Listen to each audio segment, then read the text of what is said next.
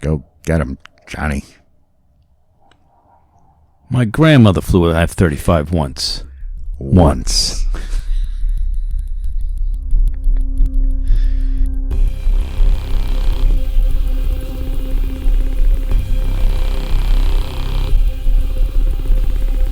Welcome to the edge of nowhere.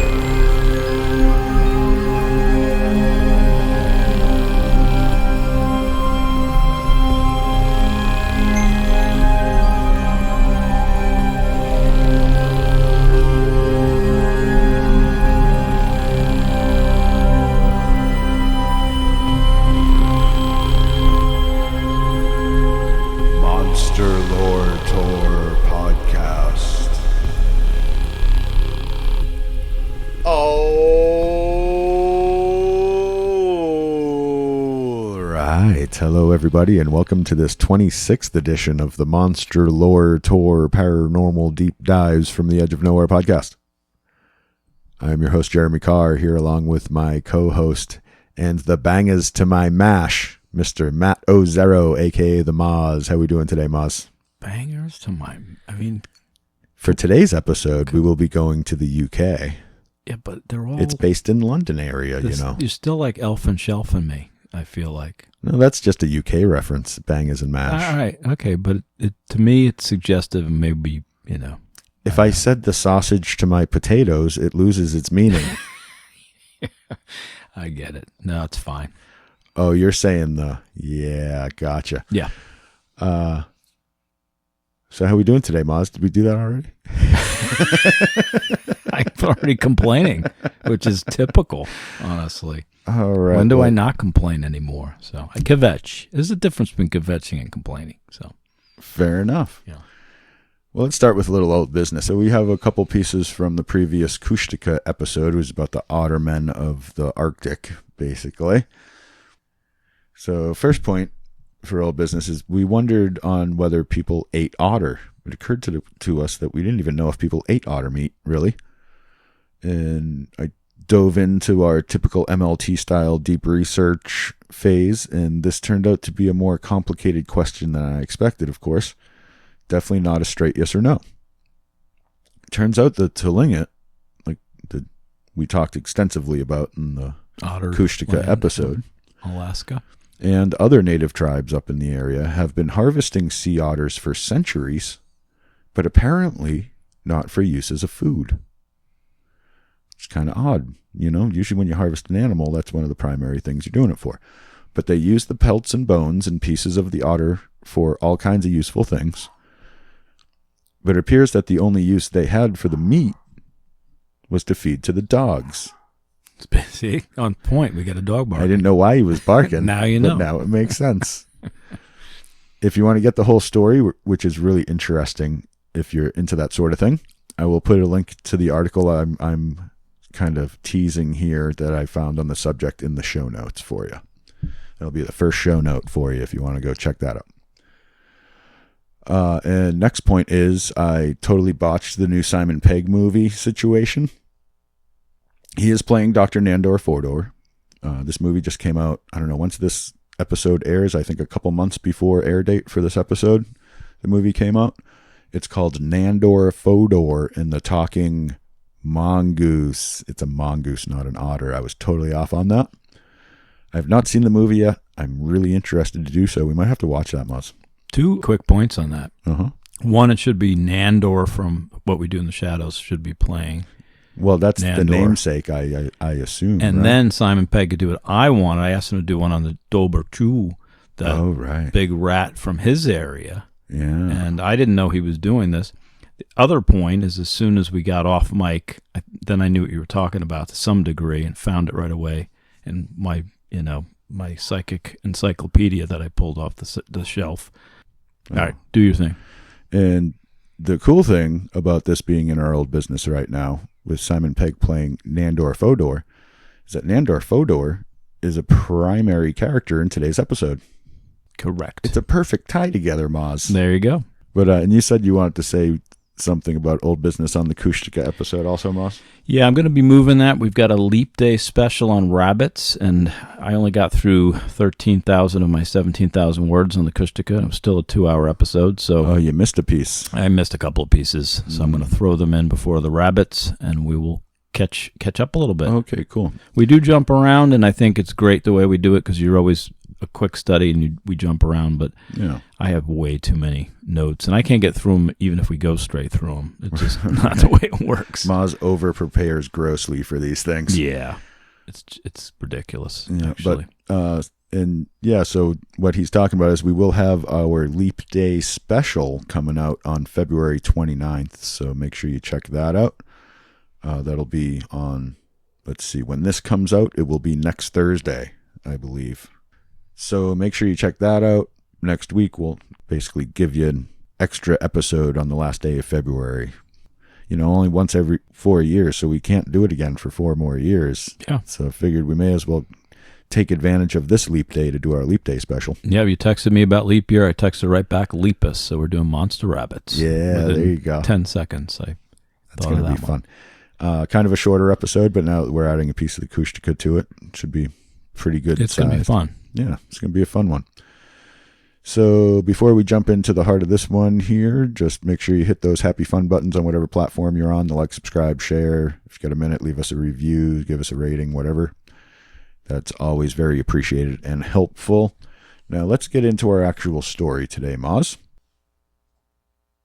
So today our story begins near the end of the year 1937. An until then seemingly ordinary woman by the name of Alma Fielding, residing in the town of Thornton Heath, a little ways south of London, began to have some inexplicable experiences. The first happening Alma reported was an odd whisper in her ear saying, "Hurry up, hurry up." And soon after, some makeup implements she was carrying, a lipstick and powder puff, suddenly sprang from her hands and disappeared before her eyes. Then, on Christmas Day, while the 3 men of the house went out to the pub and left Alma home to clean up after them, this is the 1930s, remember, Alma had a more threatening experience. As she was descending the stairs carrying a large serving tray, a cold hand grabbed her by the shoulder, causing her to falter in her step and send her sprawling down the stairs. The next thing Alma knew, she was coming to at the bottom of the stairs, most probably concussed, and surrounded by shards of shattered platter. Little things kept happening after that for a couple of months. But in February of 1938, things at the Fielding residence of Thornton Heath got a lot more volatile. This is the story of Alma Fielding and the Poltergeist of Thornton Heath. This story first went public on Sunday, February 20th, 1938, in a front-page lead article of the Sunday Pictorial newspaper. Moz will now read that original article to us in full. Terror Night in Home Wrecked by a Ghost. 2 Sunday Pictorial representatives, Victor Thompson and Lionel Crane, yesterday spent the most amazing day in their lives in a neat little house at Thornton Heath.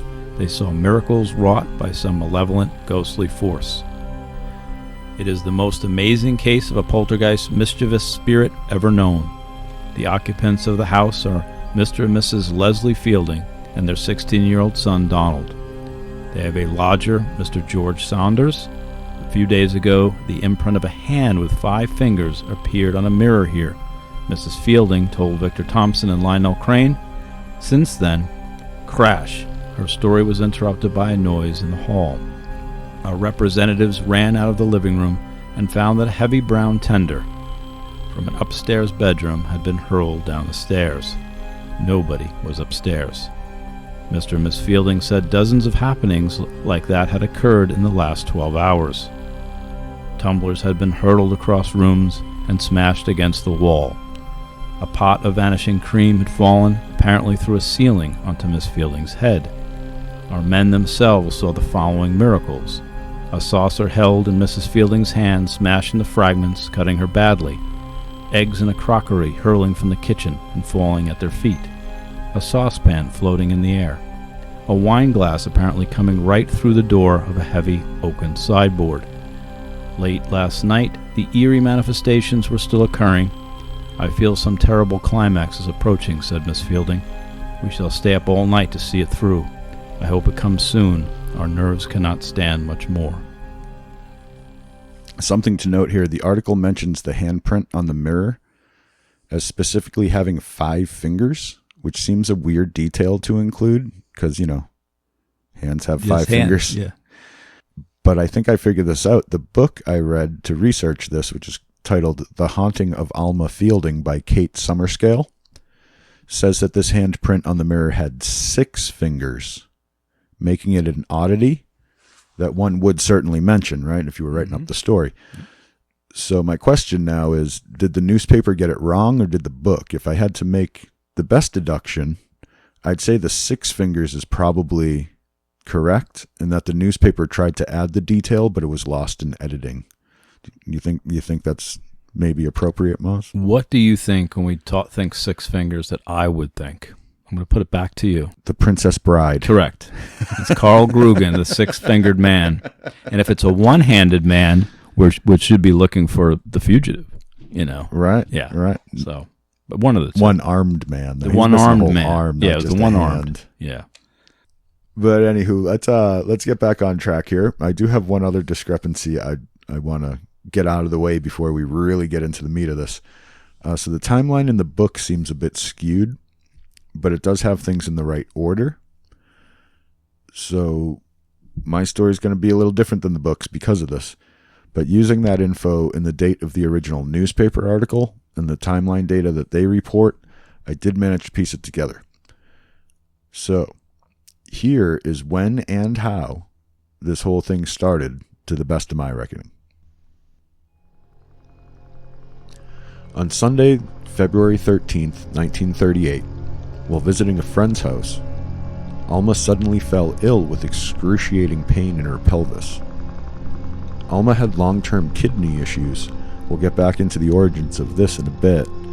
So she went home, medicated herself as usual for one of her bouts, and laid in bed for days as she recovered. This is what you do, but for different reasons. Yes, yeah. It's usually tequila. Her husband, Leslie, a.k.a. Les, had during this same time gotten all of his teeth pulled in preparation for dentures. Much like what Alma had gone through after her anthrax. But we'll get into that later. Isn't she like... This is quite a story. young lady. This is a young lady. This woman went through a lot. So Alma and Les spent the next few days in bed together convalescing. Oh, is that what they call it back then? I don't know if they would have even been in the mood, Maz. But on Friday, February 18th, as they were nearing the end of their recovery, Alma Fielding noticed the what we're assuming to be a 6-fingered handprint on the mirror over her bedroom fireplace mantle. It was that very night, right around midnight, that things got a whole lot weirder in the Fielding house. Alma and Les lay in their darkened bedroom when they suddenly heard something shatter on the floor. Alma turned on the light and they saw the shards of a glass tumbler on the floor as another glass suddenly flew across the room and also shattered. They sat in terror for a moment before Les told Alma to turn out the light and see what more might happen. A strange wind blew through their room, disturbing their bed covers. Alma scrambled to turn the light on once again, but the light would not light. She screamed in terror, awakening their 16-year-old son Donald in his room across the hall. As he opened his parents' bedroom door to see what was the matter, a tub of face cream flew at his head, and he just managed to duck out of the way. The Fieldings had a lodger staying with them, George Saunders, who also arrived quickly to the scene, and he was greeted by 2 flying coins to the face as he entered the room. Whack, whack. Don and George were set aback by the objects flying at their heads and found a logical retreat. They got the hell out of there. They went to fetch some matches. When they got back to the room, Don lit a match to see by and checked the malfunctioning bedside lamp. The bulb was not in the socket. it was nowhere to be seen. Upon further investigation, the bulb was found, seemingly undamaged, in a chair across the room. The bulb was still warm to the touch when Donald retrieved it. I have a question. Yeah. Why was the light bulb warm if it was never on? Because when the incident started, the light was on. Les said, turn out the light. Oh, okay. See what happens. I don't know why that would be a reaction, but... Okay. So she turns out the light. So the bulb had been on. Okay. It's an old school bulb, Gotcha. so it would have been hot when she turned it off. Right. This is just a few minutes later, or maybe No, not. I was wrong. I thought they were asleep and something happened. Okay. It was as they were laying in bed. Convalescing. Yeah, we talked about that. Okay. Weirdos. So, needless to say, all 4 occupants of the Fielding residence were quite shaken up at this point. But it was the middle of the night, and after an hour of gathering themselves, they managed to bed back down and try to get some rest. The next morning, Alma was feeling well recovered, and she went down to the kitchen to make some breakfast. While she was preparing the meal, an egg smashed on its own, without her touching it. Just cracked open on the counter. Nice. A saucer suddenly broke in 2 as it sat untouched on the counter as well. Something was happening here that they could not explain or understand. Alma was shaken, but didn't know what to do. There seemed little point in calling the authorities. What were they going to do about it? What are the police going to do to a ghost, But there must be something they could do, Someone they could call who might be able to help them solve this terrifying mystery. Ghostbusters. Yeah, it was the 1930s, though. They hadn't come around yet. Yeah, the pre-ghost, yeah. So Alma decided she would call the press. What do you think about that, Maz? Well, it's not what most people would go to first. It's not a thing. Yeah, it's kind of a weird... Attention seeking. Like, how are they going to help also? You know what I mean? It seems attention seeking. It does a little. I work with Jeremy, so I understand all about attention seeking. But this is where our story begins in earnest. P-whirl. Now, before we charge in, I want to give you some background on Alma that does potentially pertain to the persistence of this poltergeist. So it seems Alma had a lifelong relationship with the spirits. While Alma was growing up in her family's home, she had a recurring vision of what she called a long-faced man creeping out of her bedroom cupboard at night and quickly disappearing into shadow. She shared the room with her sister, but Alma was the only one to ever see this ghostly figure. Adding to this, in her 16th year, Alma suffered a major trauma. While on holiday with her father, she crashed her rented bicycle into a wall. Rented? Yeah, they would rent bicycles like we now rent cars back in that day, I believe. Nice. And even still, if you go to especially beach towns and stuff, renting bikes is kind of a thing. But anywho, so while on holiday with her father, she crashed her rented bicycle into a wall. I'm assuming it was at a speed and that it was a pretty formidable wall because Alma was in recovery for months and suffered lifelong symptoms from her injuries. The only long-term symptom noted in the book is lifelong issues with kidney abscesses, like what we were speaking of earlier, which she needed to have drained numerous times throughout her life, at least a few at this point. Probably hit the handlebars with the kidney. Oh, yeah, smashed into a wall, apparently. But there is no mention of head trauma in her accident, but I have to imagine that a crash that bad would have involved some kind of head trauma, considering bicycle helmets weren't much of a thing in the 1910s. Yeah. And it's not like the doctors of the time were up on their current concussion protocols or anything. It was after this crash, and specifically after the kidney operation she needed because of it, that Alma began experiencing strange phenomena. It was this surgery that Alma would refer to later as the real beginning of this tragic saga. Later on, when things in this story get to their worst, Alma confesses, Quote, "The first time was after my operation. I had a fit of real temper. I sobbed on the stairs in the middle of dinner. I wanted to throw everything about in the bedroom. That was the beginning of it." So intent. Yeah. Yeah. One night when she was still 16, after her bicycle accident, she saw the long-faced man emerge from the cupboard once again. So there's a six-fingered man, there's the one-armed man, there's a long-faced man. Oh, man. Yeah. Well, you brought in the one-armed Yeah, I man. brought the fugitive to bear. Yeah, okay. Does the long-faced man have 6 fingers? Yeah. There's a question for you, Maz. Well, what if it's 6 fingers on the arm that's missing? You always make me come up with the right questions in these things. I like that. But anywho, let me get back to this. So, while she was still 16, after the bicycle accident, she saw the long-faced man emerge from the cupboard once again.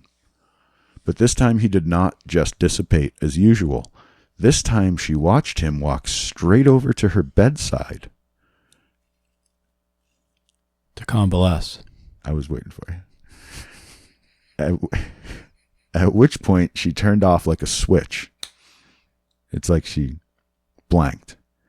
When she came to, she found a piece of paper with some sort of odd scribbling on it next to the bed. When Alma showed this paper to her mother quickly threw it on the fire. Do you think she wrote it? Do you think this is like a shem to get like a golem going? I mean, what's happening here? You know, I don't know. There's some connections to a lot of those things, yeah. But I'm working on a theory here, Maz. But this head trauma stuff. Oh, yeah, that could factor in. Yeah. Do you think there's a theory there?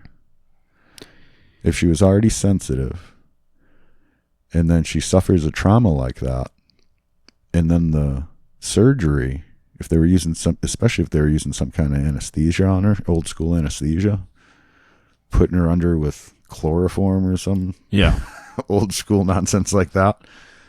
Well, like, can that maybe, you think, rewire the brain a bit and enhance those pre-existing conditions? Yeah. I mean, there's a lot of medical things going on, so that could cause trauma, that causes anger. She thought about throwing things around, so that could be part of the psychological, she's a potentially someone of power that is then medically compromised. Neurologically, if she hits her head, there is some connection. I'd have to look it up, but yeah, I know they did like studies in the 70s where they really looked at this stuff. Well, they've been doing it all along, but in the 70s, they definitely started to find these trends of the, even before that, I think, for the child reaching adolescence that has some of this stuff going on. Right. Neurological problems really common with the shamanic piece of it as well. She could have neurological problems because of the head injury. She could have had them before. All the medical stuff could have induced all this. So there's a lot. I need to know more before. Well, let's keep going then. Because I read to page 60, by the way, and that's when I handed it back to you.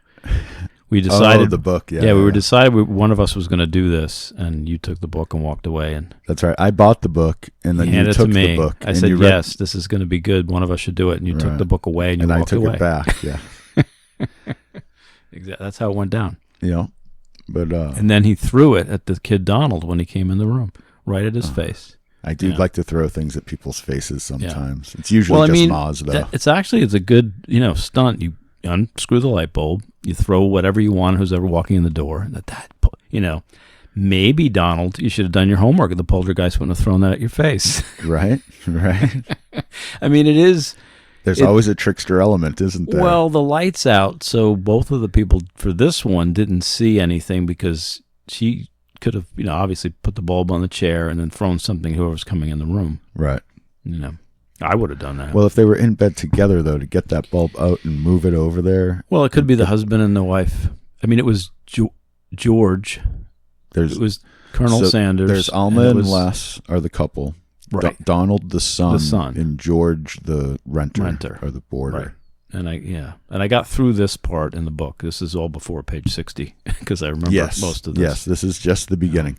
But let's move along here and see if we can get more out of this. And so still some Alma background here, and this is a real doozy of a thing that Alma went through.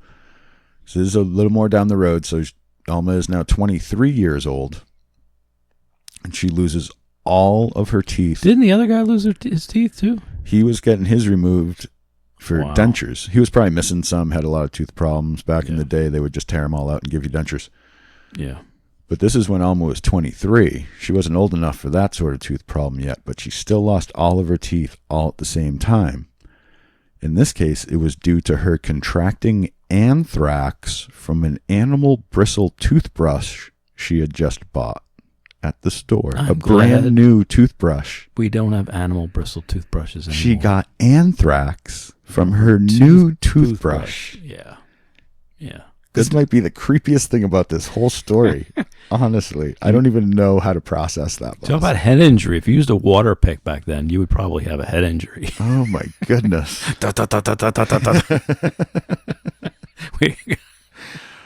Oh no.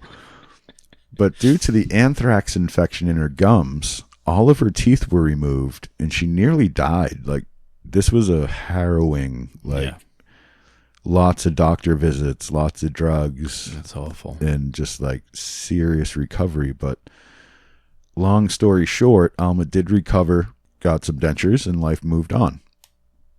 Then at age 26, a few years after the anthrax, about 10 years after the crash, Alma suffers a fainting spell while playing cards with Les, her husband at this point, and some friends. While splayed out on the couch, people worrying over her suddenly limp form, Alma has a vision of her dead father.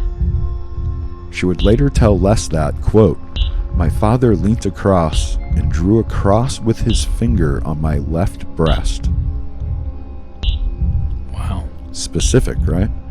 As if this weren't strange enough on its own, Alma had a visible mark resembling a scar on her breast the next morning, right where her father had touched her in her vision. Not only that, but when she was inspecting the phantasmal scar, she discovered an odd lump under her skin at that exact point. Too curious now, Alma went to the doctor to get it checked. It was cancer. A cancerous tumor she may never have noticed otherwise. They were able to remove the lump before it became a serious issue, and they subsequently found another smaller tumor in her chest that they treated with radium, and Alma made a full recovery. You know how they used to treat it with radium back then? Yeah. They'd actually put a stick of radium just in you. Yeah. That's wild. That's early cancer medicine right there. Mm. But moving on with Alma's backstory, the year before her cancer... Oh, now what's wrong with her back? Oh, we'll get to that later. She'll have a vampire on one towards the end. That's a little foreshadowing for you. Neck pain. The year before her cancer scare... I think this is Munchausen's by reality, because she has all these real problems, but they seem ridiculous. She's gone through Doesn't seem real, and yet a doctor's saying yes. It makes me wonder if it's only weird to us because we're so removed in time from it, or if people had so many health problems at 22 or whatever the hell she is. Was it reasonably common to have this sort of list? A lot of this came from that bicycle injury. Right. That is definitely part of it. I think that kind of snowballed on her a little bit. Kids, never ride your rented bike into a wall at 40 miles an hour. Yeah, wear your helmet. Yeah. But the year before her cancer scare, Alma had another odd medical happening. She suffered from a bout of what is known as sightless vision. She one day became suddenly and inexplicably blind, totally unable to see with her eyes. But she was somehow able to maneuver through the world in a way that no one could tell she had lost her vision. It took her own husband days to figure out what was going on. This actually turned into a segment unto itself, kind of, outside the realm of our actual story here, so that, of course, is going to land in our side trail for this episode.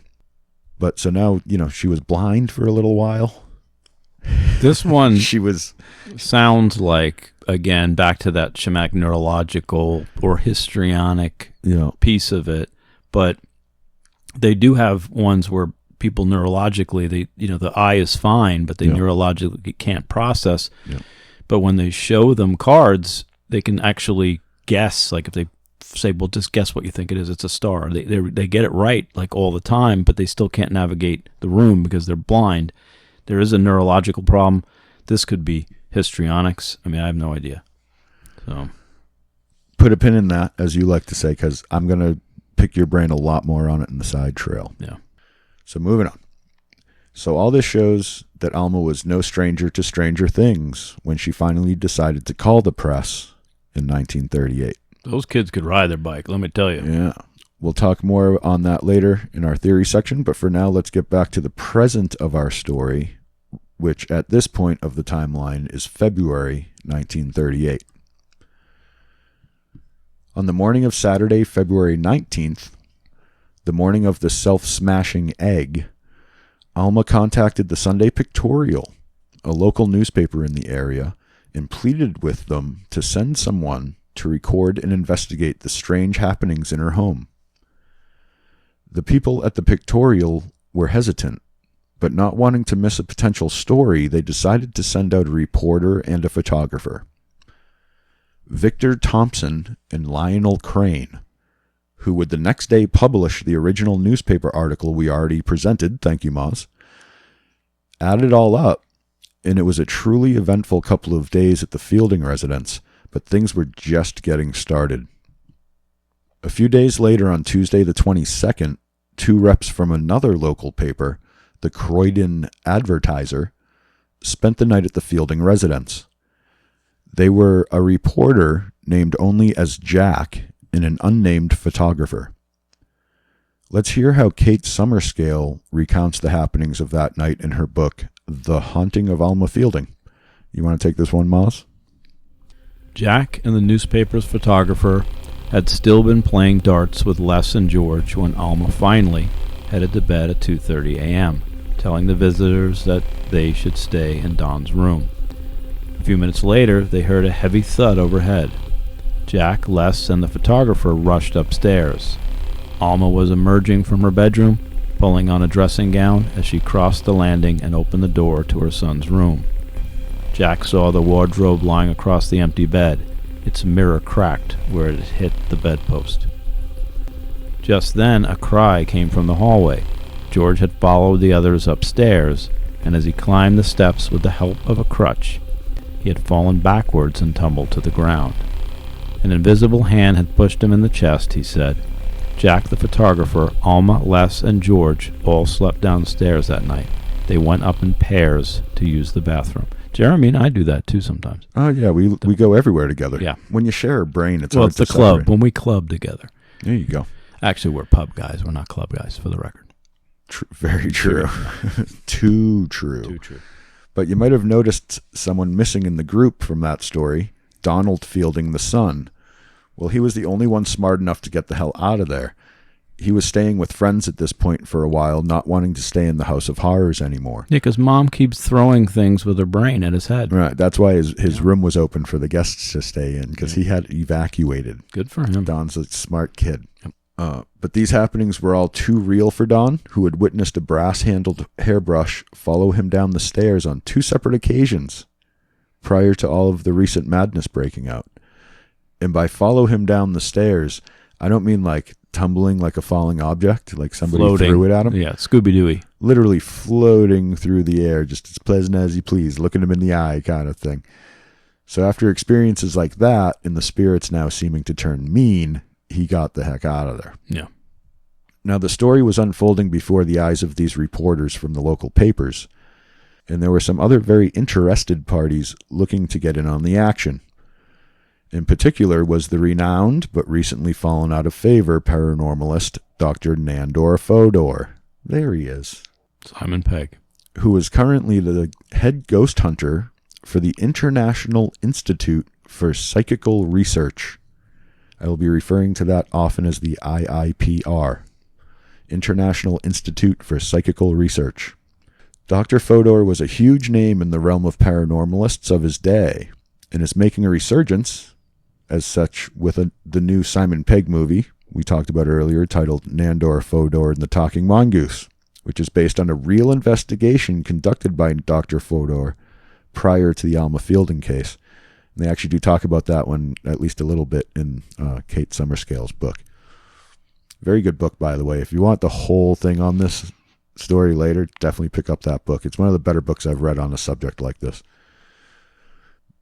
Anywho, Dr. Fodor was as big a believer in the unknown as anyone, but he was also a scientist.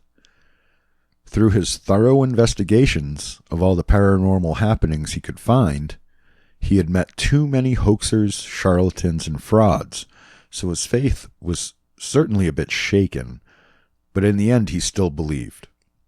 Fodor was a molder.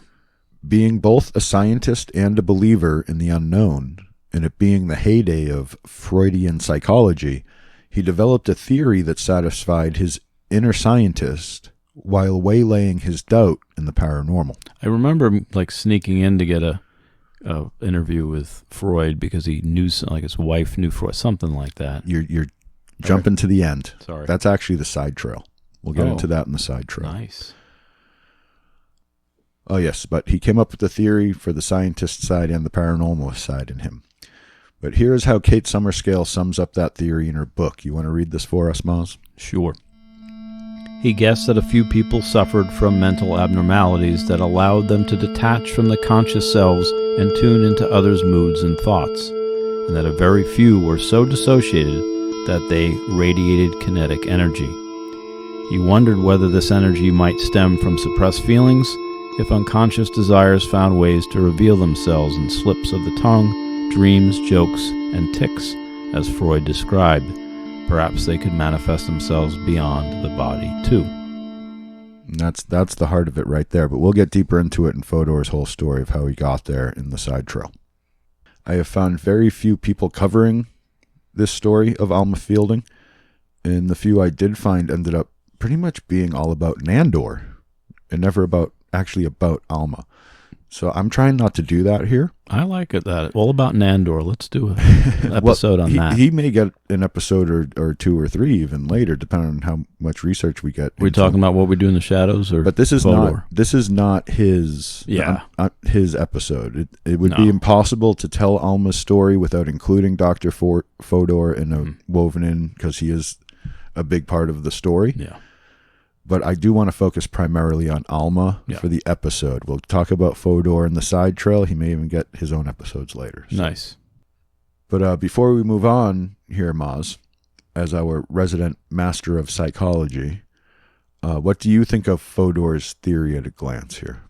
Well, I mean, yeah, I radiated kinetic energy. Cool. I thought, though, I guess the point that I would make is I thought it was Jung who believed that it could go beyond the body, not Freud. Because I remember this argument Jung and Freud had when a book fell and it was a poltergeist phenomenon, and Jung was like, and Freud was upset. Right. Because he didn't think. Well, I think that's where he tangents from Freud.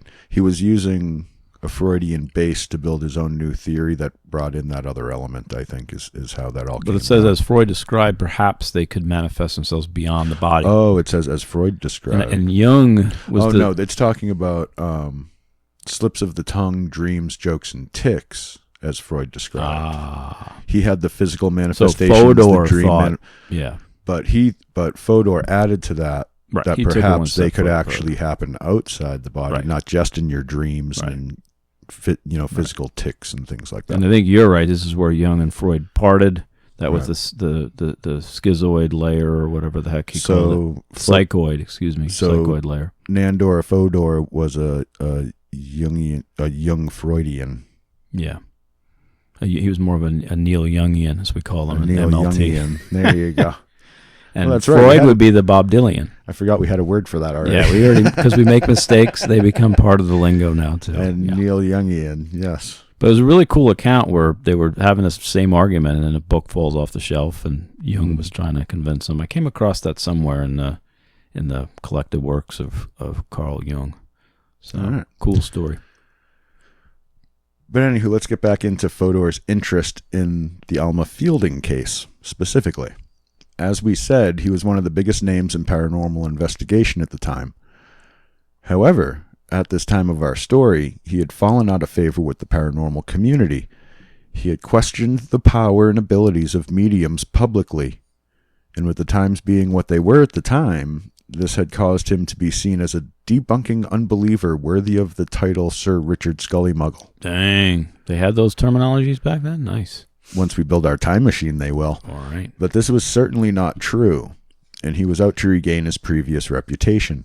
What he needed was a big case, a case of a lifetime, that he could use to regain his name. And on Monday, February 21st, 1938, Dr. Nandor Fodor was told about the situation unfolding at the Fielding residence, and he saw in it the opportunity for which he had been searching. The press had not given the specific details on the location of these happenings, just the general area of Thornton Heath. But Dr. Fodor was a man of many resources, and it only took him a couple of days to get the address from one of his contacts in the know. He was unable to immediately go to the Fieldings himself, so he dispatched his assistant, Lawrence Evans, who went by Laurie, to go check out the scene and report back. Laurie's report to Dr. Fodor the next morning was even more than the good doctor had been hoping for. Laurie had witnessed numerous wine glasses perform apparent aerial tricks. One seemed to jump right out of Alma's hand and explode in midair. Another flew off a shelf and likewise exploded into pieces. Another jumped so high it shattered itself against the ceiling. It's like gravity turned upside down for a second. That's a weird one. Alma brought Laurie upstairs. This does remind me of when I do the dishes. Yeah. That's why you never have to do the dishes anymore. You're really bad at it? Trick. Yeah. I know that trick. Yeah. Just keep breaking them until I tell you to stop. That's why the guys go to the pub.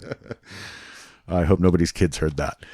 All right. Alma brought Laurie upstairs to see the wreckage from the wardrobe falling across the bed, at which point he noticed a pair of blue decorative vases set up in Don's room. A few minutes later, they were in the downstairs hall when they heard another smash.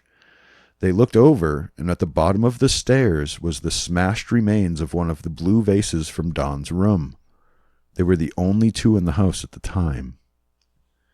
You haven't freaked out a little here yet, Moz? Is it time to panic yet?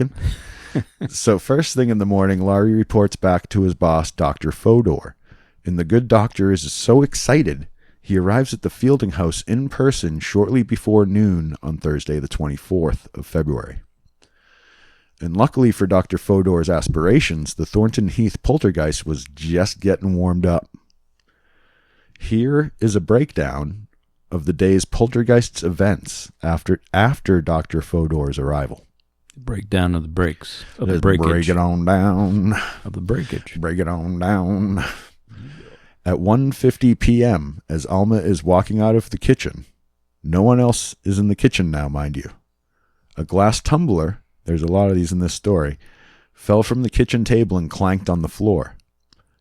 Dr. Fodor went in to find the tumbler unbroken, and he returned it to the table. A few minutes later, same tumbler falls off the table, again clinking on the floor, undamaged. It was again returned to the table.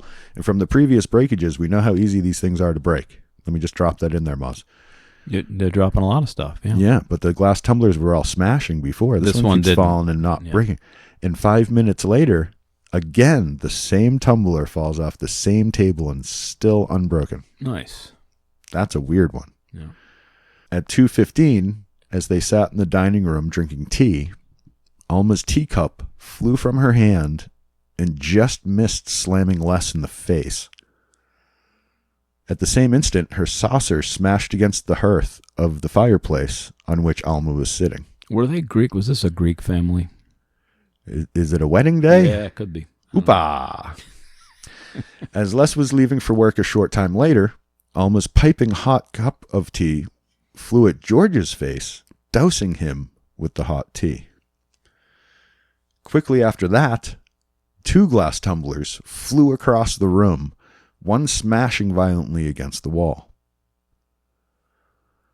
Later, Dr. Fodor was alone in the living room when a saucepan slammed against the kitchen door. Dr. Fodor had earlier placed some eggs on the living room mantel. He would leave little kind of tests around. Yep. He's a very, very smart old school ghost hunter, this guy. Neo-Eggian, yep. Neo-Eggian. Wah, wah. He now noticed one of the eggs was missing. Shortly after, an egg flew down the hallway seemingly coming from nowhere and smashed on the living room carpet. But the event of the day, the one that really caught the researchers' attentions, happened around 5:30 in the evening. I'm going to have you read this passage from Kate Summerscale's book here, Moz. At 5:30, Dr. Willis informed Fodor that he had just witnessed an unmistakably supernatural event in the kitchen. He had been facing Les, who had come in through the garden door and was taking off his shirt collar. Alma was standing with her back to them, using both hands to fill the kettle at the sink. Suddenly, Dr. Willis saw a saucer appear at the eye level, about 4 feet away from him, and crack itself on the corner of the back door. Les and Alma identified the plate as the cat saucer, which was usually on the concrete path outside. The investigators found scraps of fish on the doorframe where it had hit the wood. The investigators... But this could just be the temptation. You know, the cats get angry, they don't like what they're served. Meow, meow, meow, No, meow, the ones where meow. they throw it. Meow, meow, meow, meow, meow, No. meow. I'm sorry, now that song's in my head. I can't stop. Yeah, but meowing that's it. not the commercial. The Temptations is where they don't like it, Oh, so they kick away the food They kick they don't away like. the food they don't like. Is your cat too cool? That one. Maybe their cat was just too But this cool, was baby. pre that commercial. That's one cool cat, baby. Yeah, he was just a cat out of time. Anywho, the investigators, being of a scientific mind, made a similar list of the day's events to what I just presented you here. They eliminated many of them as being inexplicable within normal laws of physics and possibly faked if someone was trying to pull one over on them. But this flying cat saucer in the kitchen was something they just couldn't parse out without turning to supernatural causes. It just made no earthly sense. What are your thoughts here, Moz? Well, I mean, you did a bunch of episodes on UAPs, and this is the first actual flying saucer. Actually, it would be an IFS, an identified flying saucer. I had to tell a ghost story to actually get into flying saucers. Yeah. Yeah. We do things a little different here at MLT. Isn't that also Fodor's group, the IFS? You know? The IIPR. Oh, gotcha. Yeah, flying saucer in the kitchen, though. Flying right at the heads and stuff. Yeah. Dude, I almost got some anger Laurie, issues. I don't think I wrote this in my notes. Laurie went so far, Fodor's assistant there, Yeah. he went so far as to literally like draw a map of the kitchen and put like mark where everybody was standing, which way they were facing, what they were doing, which way the thing flew from and where it hit. Like he fully mapped out the whole thing because they wanted to debunk that they were, you know, the scientific bent ghost hunters. He's been once bit or twice bit, 3 times bit, once shy. Yeah, their whole point was, how do we prove it not true? And if they couldn't, then they would work. And that was the one for him that was like, this could not have happened. Yeah. It could not have happened. People were not in the right place. The thing flew out of a direction that it shouldn't have been able But to fly sadly, from. Laurie was there. He did a good job. It wasn't Fodor there. It was Laurie. It was his assistant. Fodor was in the house, but he was not in the kitchen at the time. Gotcha. But Laurie's actually, I feel like Laurie was the more scientific of the ones. Wow. Fodor was Mulder. Yeah. He was a smart guy. He had a process, Mm-hmm. but he wanted it to be real. Right.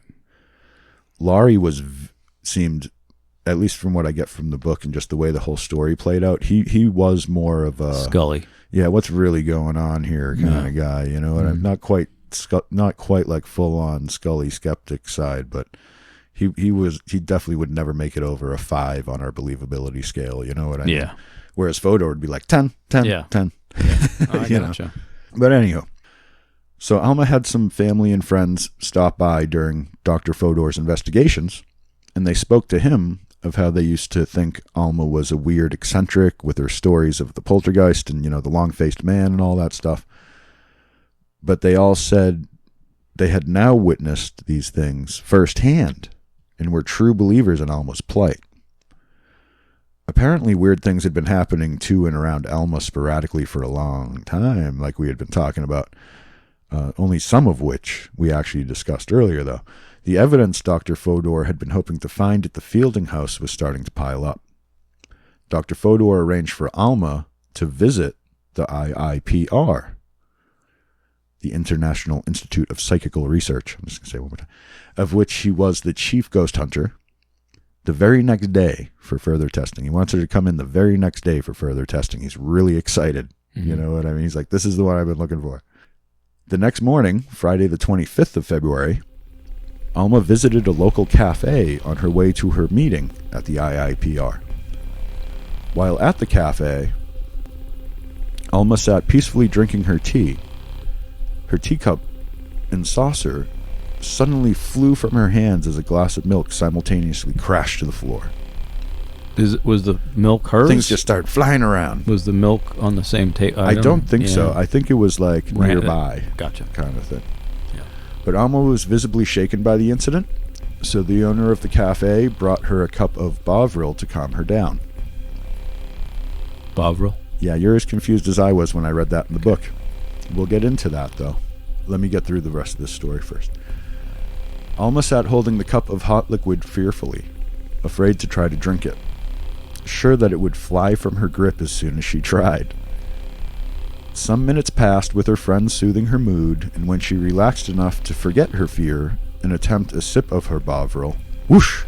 Her cup sprang from her hand and flew across the room before she could get a taste of it. This thing's really messing with her, you know? Yeah. Two things about the cafe incident here, Maz. First is, when I started into this project, I thought it was a haunted house story. But here it becomes apparent it is a very different thing from that. It is not the house that is haunted, but Alma herself. A much more interesting situation, don't you think, Maz? Yeah, I mean, it's not...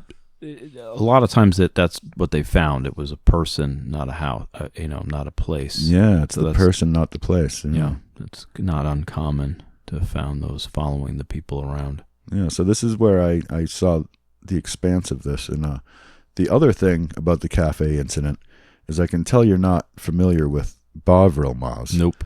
And neither was I when I read it. So for our non-UK listeners, because apparently this is a big thing in the UK, it's actually banned in the US due to mad cow fears of any bovine products coming out of the UK, because it does have anthrax. That in it. Yeah, there you go. Right.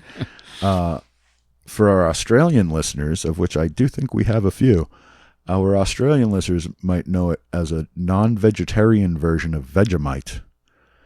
But for those of us stateside, Wikipedia describes Bovril as, quote, a thick and salty meat extract paste. Spam.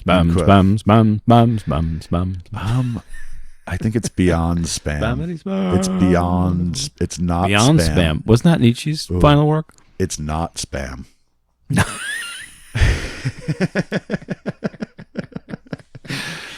Okay, yeah. Why this is the first thing you would hand someone when you're trying to calm their nerves, I will never know. Different times and places, I guess. If any of our UK listeners want to let us know the powers of Bovril, please email us. Powers of Bovril. At monsterlore@gmail.com. By the powers of Bovril. I'm just wondering why. Oh, you seem shaken. Here's some beef broth. Here's some mad cow. But here's the thing. Maybe they give you a little bit of mad cow to overcome your own madness, like antibodies. Like just a little bit of mad cow, and you can overcome it and not throw things around the cafe anymore. It's like two negatives making a positive? No, it's just building up some antibodies to a lesser... You're just getting a little bit of mad cow to kind of build some antibody. That's just my... I have built an immunity to iocane powder. Exactly. See, it all comes back to the Princess Bride. We can move that to the whole guano file for me if you'd like. We could just shovel that over there. Which part? I don't even know what the hell we're doing anymore. Let's get back to our story. Moving on. Let's get back to our story and Alma's trips to the IIPR. Dr. Fodor was very excited to show off his new findings, and he put Alma on display for all of his fellow paranormalists that wished to attend Alma's first excursion to the IIPR. A fielding trip, if you will. And what an eventful day Alma had indeed, Maz. Indeed.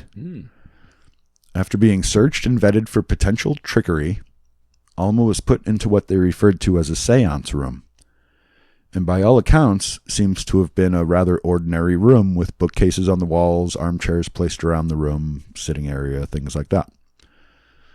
Alma wandered around the room casually, with Dr. Fodor and Drs. Willis and Freyworth, his associates, in tow. Alma held a large glass in her hands as she wandered. This was done purposely to both occupy her hands and to keep her hands where the others could plainly see them. This was to negate further potential of trickery. These are methods developed after being fooled by many of those hoaxers and whatnot we talked about of the time, trying to cash in on the spiritualism boom, because that was a big thing at this point. And with the investigators always wanting to be scientific in their methods... So you mean we have an old business model? We're trying to... No, we did that at the beginning. Oh, okay. Gotcha. But with the investigators always wanting to be scientific in their methods, careful notes were taken of all odd events. Here is a timeline of what occurred in Alma's first session at the IIPR. 3:30 p.m. A sudden noise caused those in the room to notice a brass-bound hairbrush had fallen to the floor some 12 feet away from any of the occupants.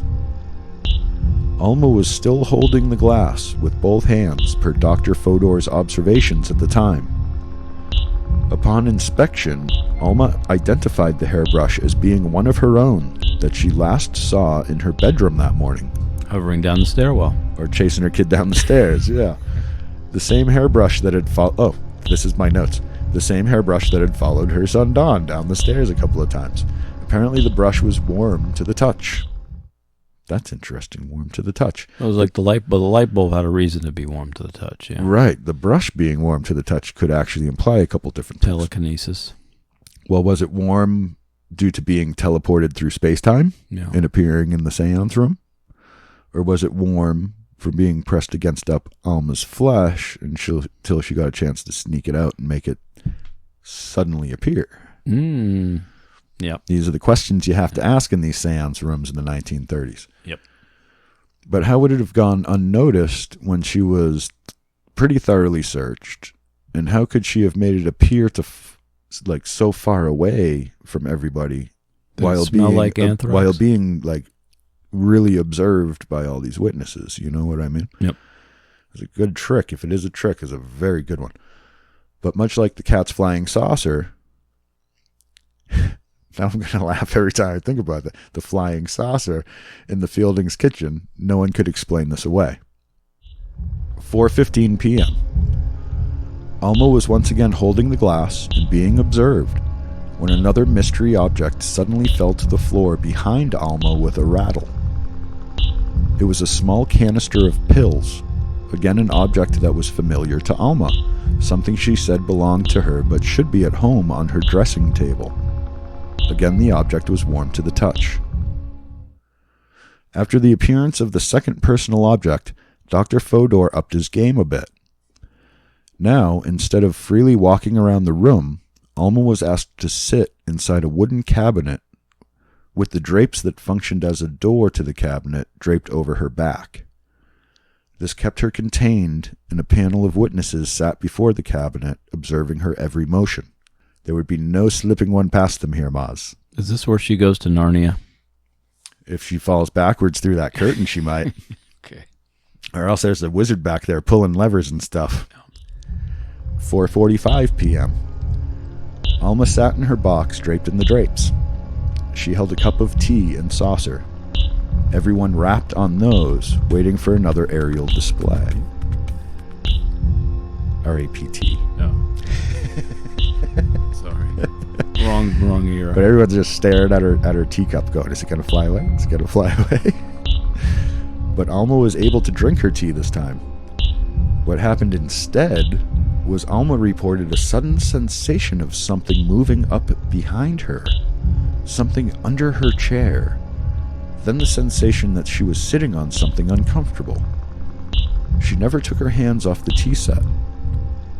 Dr. Fodor came forward to inspect, and he found a small glass dome about 2 inches wide on the back of Alma's seat. This was again a personal item of Alma's, this time something from her son's bedroom. 5:30 p.m. The crowd finally got their flying tea show when Alma's cup and saucer suddenly flew from her hands.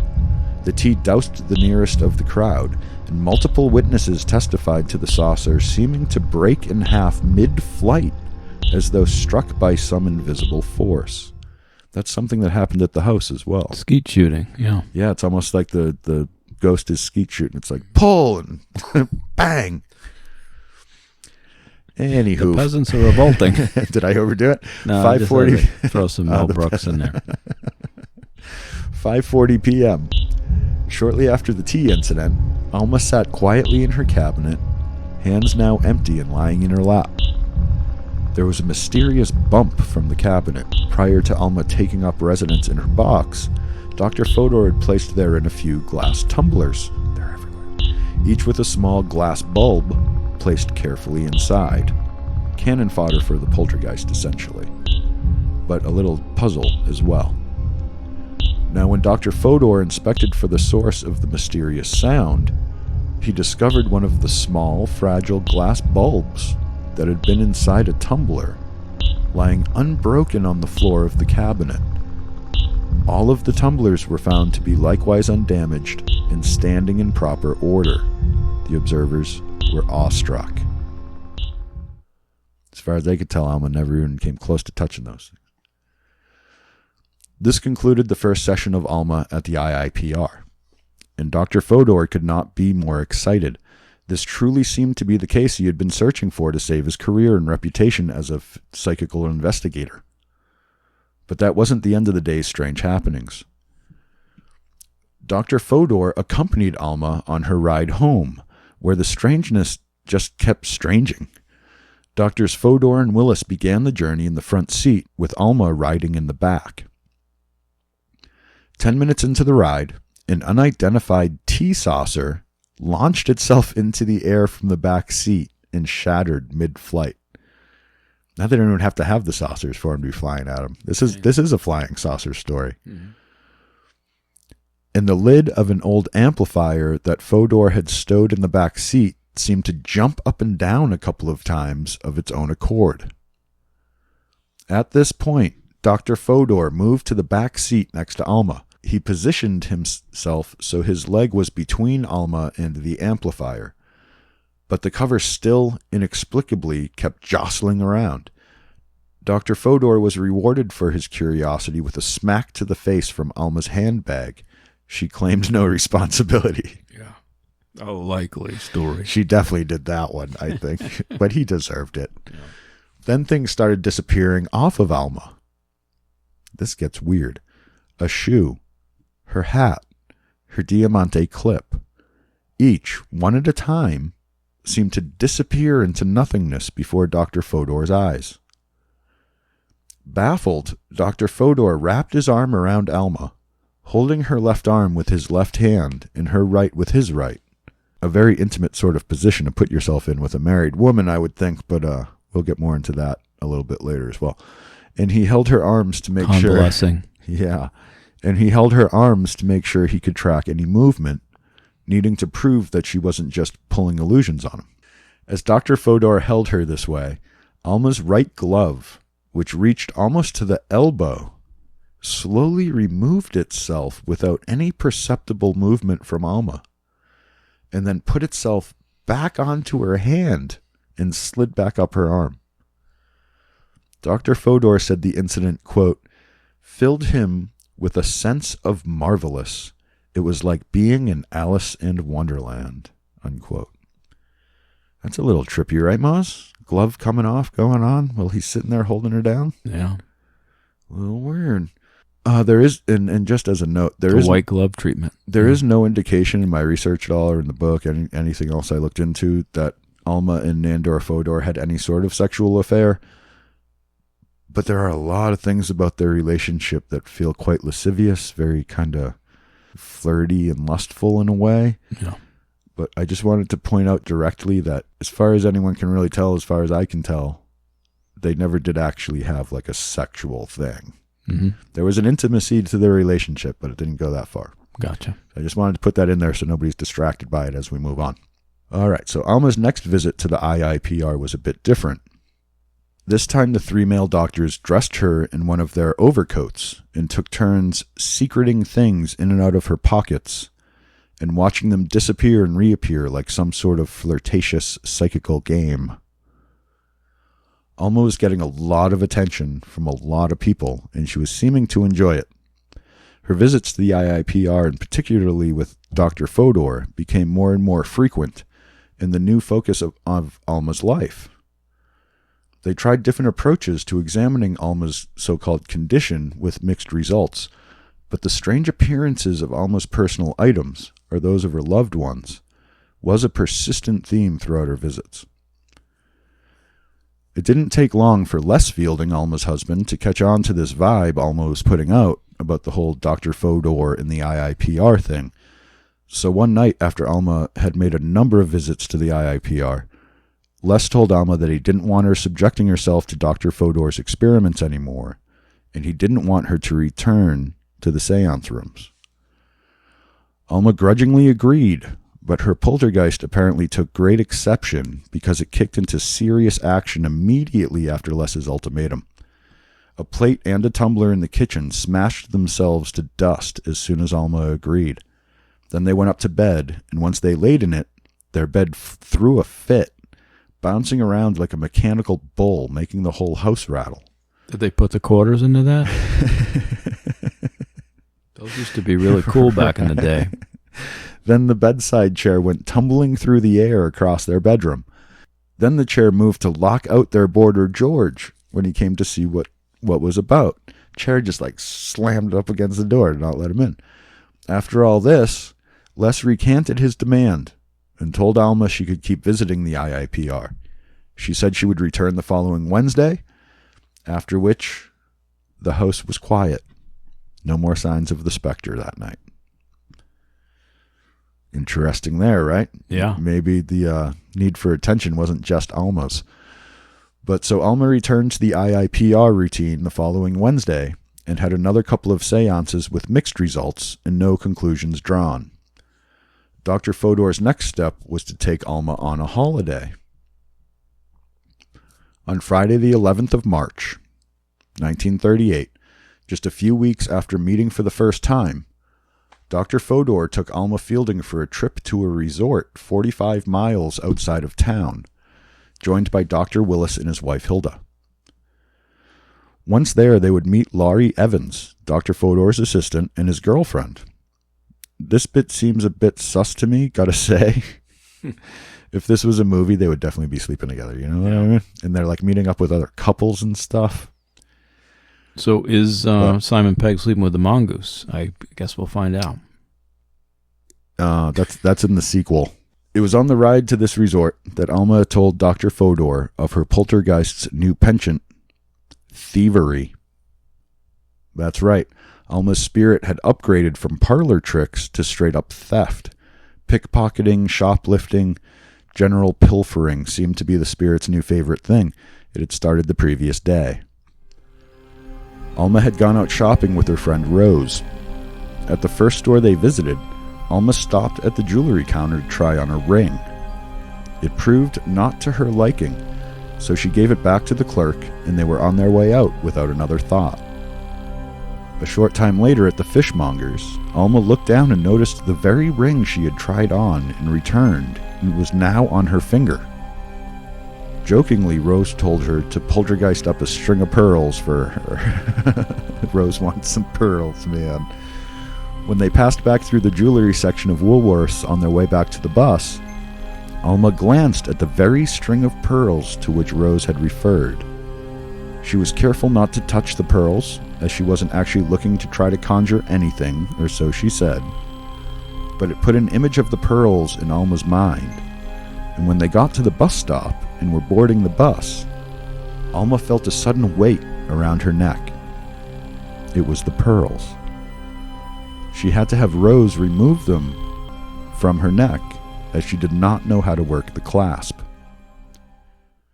It was at this point that Dr. Fodor, for reasons beyond my reckoning, gave Alma's poltergeist a name. He started calling him Jimmy. Yeah. There you go. Throughout the trip, Alma's supposed scientific companions would randomly test Jimmy. Dr. Willis suggested Alma's aforementioned Diamante clip might look nice if it happened to appear on her frock, knowing that Alma had left said clip back at home. A few minutes later, poof, the clip appears on Alma's breast. After checking in to a bungalow, a quip is made about Jimmy smashing a glass tumbler they find in the bungalow. Shortly later, as they walk down the beach, there is a shattering on the rocks behind them, and they find what looks like the remains of the glass tumbler. So wait a second. So Dr. Willis is one of the photo guys, and he's the one who mentions the clip, and it shows up. Right. Wow. Okay. Right. Yep. So we're back to parlor tricks again, though. Glass tumblers appearing and smashing, things moving around. And still not really proving anything. But it is rather amazing how on point Jimmy is with the requests. They started asking Jimmy to conjure personal items of Alma's or her kin. Combs, pins, hair clips, and such. Jimmy's record wasn't perfect, but once again another batch of personal relics was brought forth before the crowd. Then they started to get cocky, as people with newfound power are wont to do, Moz? And they set a new plan for Jimmy. Something a little more than just the simple parlor tricks. They hatched a plan to bring Alma back to Woolworth's to see if she could heist them some more jewelry. Like the pearls, they said. It'll be fun, they said. This was a much more intricate plan than the previous tricks Jimmy did for them. It was like a full-on heist, but with a ghost as the grab man. How do you think this will turn out, boss? Well, I do have a totally unrelated Marx Brother Woolworth joke. Okay. Groucho goes, "You're going to get 10 years in Leavenworth, or 11 years in Twelveworth." And Chico goes, "I'll tell you what, boss, I'll take a 5 and 10 in a Woolworth." Wow, nice old joke no one's going to understand anymore, boss. Good well, job. you did the Woolworth, so I had to try. When else am I going to use that joke?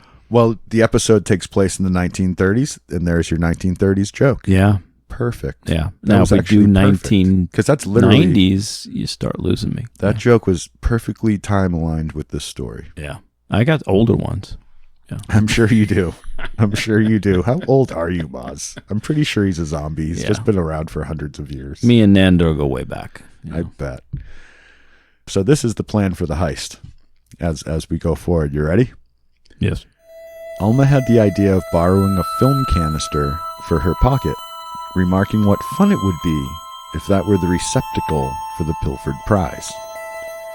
Then they headed to Woolies, which is what they would have been calling Woolworths at that point, and bellied up to the jewelry counter.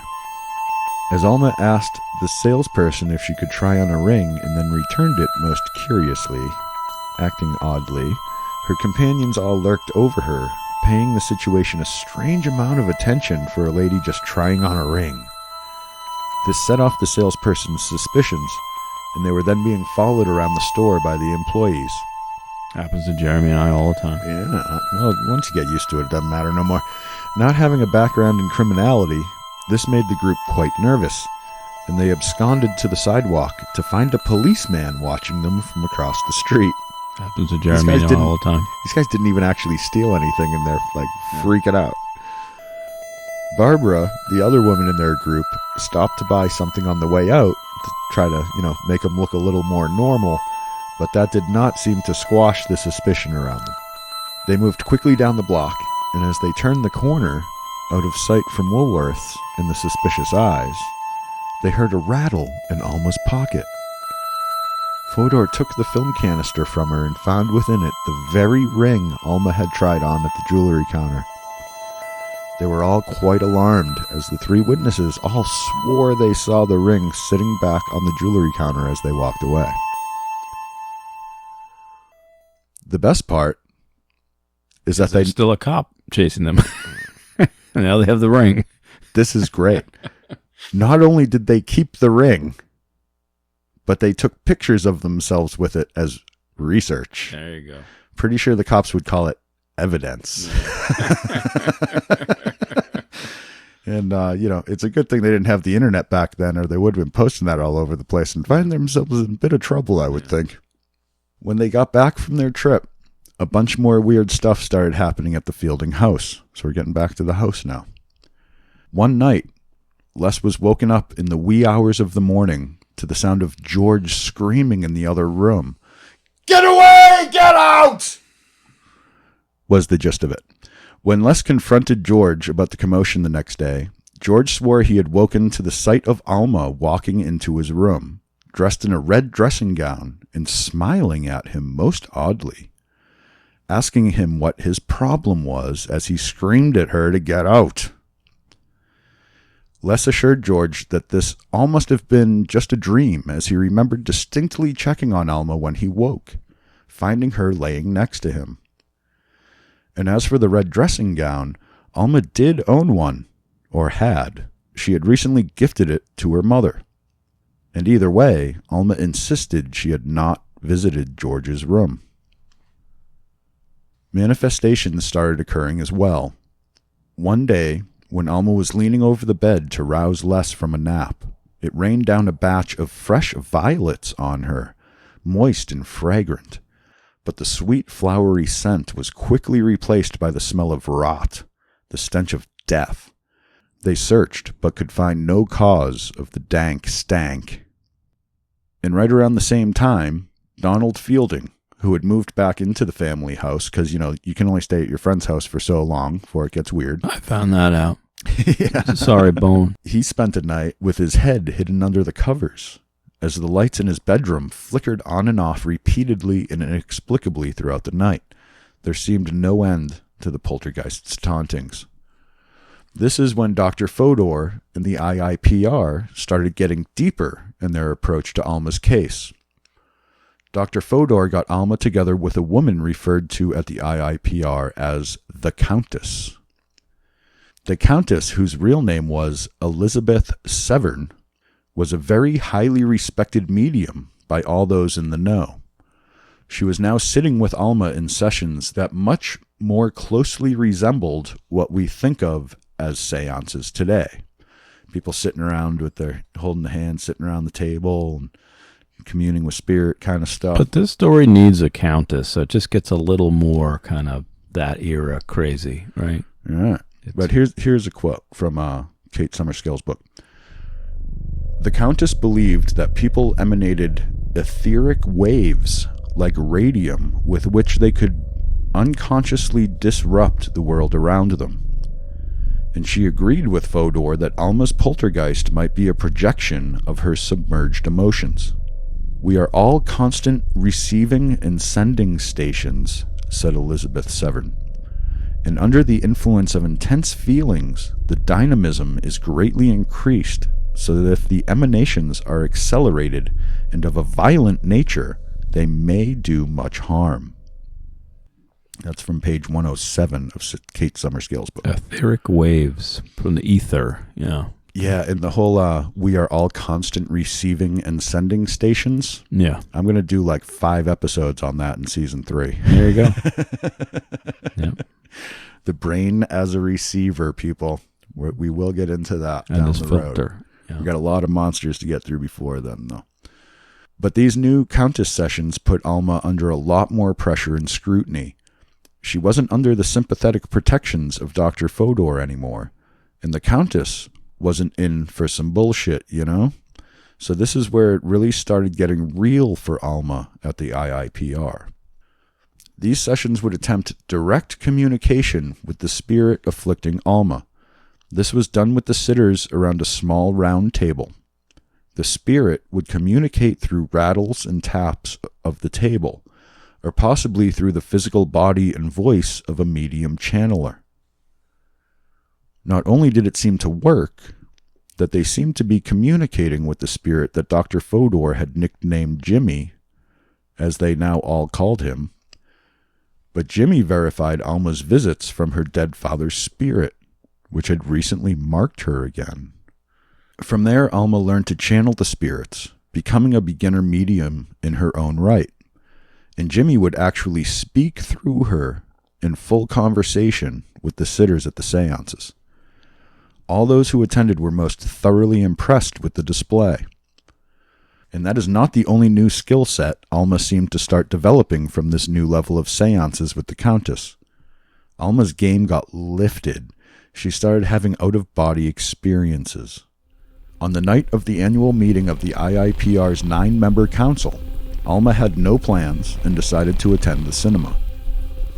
What the kids might call the movies. During the film, Alma drifted out of consciousness and suddenly found herself standing under the blue light of a police station across the street from the IIPR headquarters. she noticed the car of one of the members was missing, and she traded a quick hello with the chauffeur of one of the fancy cars standing outside the Institute. After which, she finally found herself waking up back in her seat in the cinema house, the film having passed her by.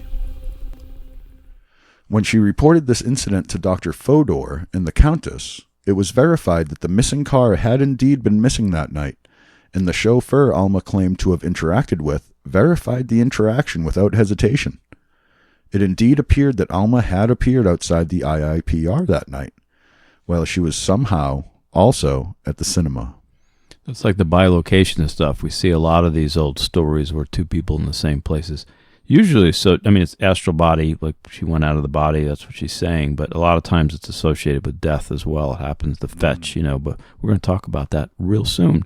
But those things tend to also be related to when someone's going to die, which I'm guessing she didn't.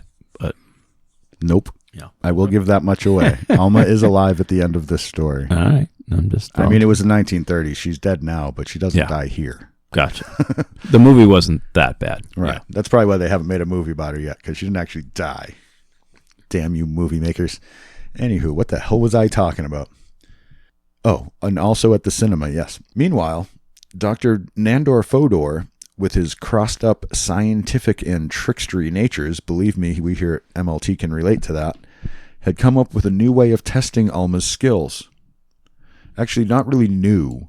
He was looking to see if she could up her cat thieving game. The following is a passage from Kate Summerscale's book. This is our longest one of the week. You think you can handle it, Moss? No, but let's do it anyway. Okay. Fodor devised further tests outside the seance room before Alma sat with the Countess on 1 April. He and Dr. Willis took her to the Victoria and Albert Museum in South Kensington to see whether she could remove an artifact from a locked cabinet. An official checked her bag before their tour of the collection. Back at the Institute, Fodor searched Alma. She allowed me to feel all over her body, he noted. Lasciviousness. I told you, runs through it. Convalescing. I went right over. I felt the corset under which nothing balked. I went down her legs. She took off her hat and allowed us to go through her hair. These acts of surveillance could be exciting, intense observation, close physical checks, even suspicion could feel like desire. Upstairs in the library, Alma sat down on the leather Chesterfield sofa and let out a cry of surprise. On her lap was an ancient terracotta oil lamp, delicate in shape and rough in texture. Fodor took the lamp to be weighed and measured. He could swear that it had not been concealed in her clothes. On Saturday morning, George telephoned Fodor's home, highly agitated to say that a burning hot necklace had appeared on Alma's neck. She thought that it came from the museum. She'd collapsed in an armchair, George said, her heart beating wildly. Alma said that she had developed marks on her skin even before the object arrived. She and George had been having tea and biscuits in the kitchen. The two of them were, as usual, alone at home while Les and Don were at work, when she suddenly felt something tighten around her throat. George saw 2 red bands slowly appear. I took no notice, Alma said, covered them up, and went out to the butcher. As she walked along Thornton High Street, she saw an Indian chief walking by her side. He had a shawl thrown across the shoulder and lots of beads. His headdress was falling back. All the time he was with her, Alma said she could hear a jingling sound. She got home about an hour later and went upstairs. As I was coming out of the bathroom, something hot was clasped around my neck. It was tight and heavy. I shouted, "George, George," and ran down. So there you go. These new plans of Dr. Fodor's to test Alma's spirit skills even included an attempt to steal some of the crown jewels. Always a good idea. This is where the Pink Panther episode came from, isn't it? Yeah, like he just kept going, oh, what else can we steal? What else can we steal? So he's Clouseau, and she's the Pink Panther. Kinda. There you go.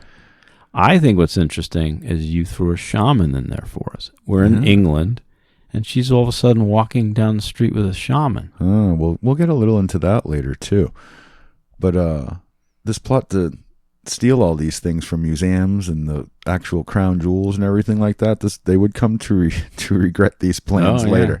I imagine. It's really a good thing they didn't actually try to pull off the crown jewel heist. Yeah.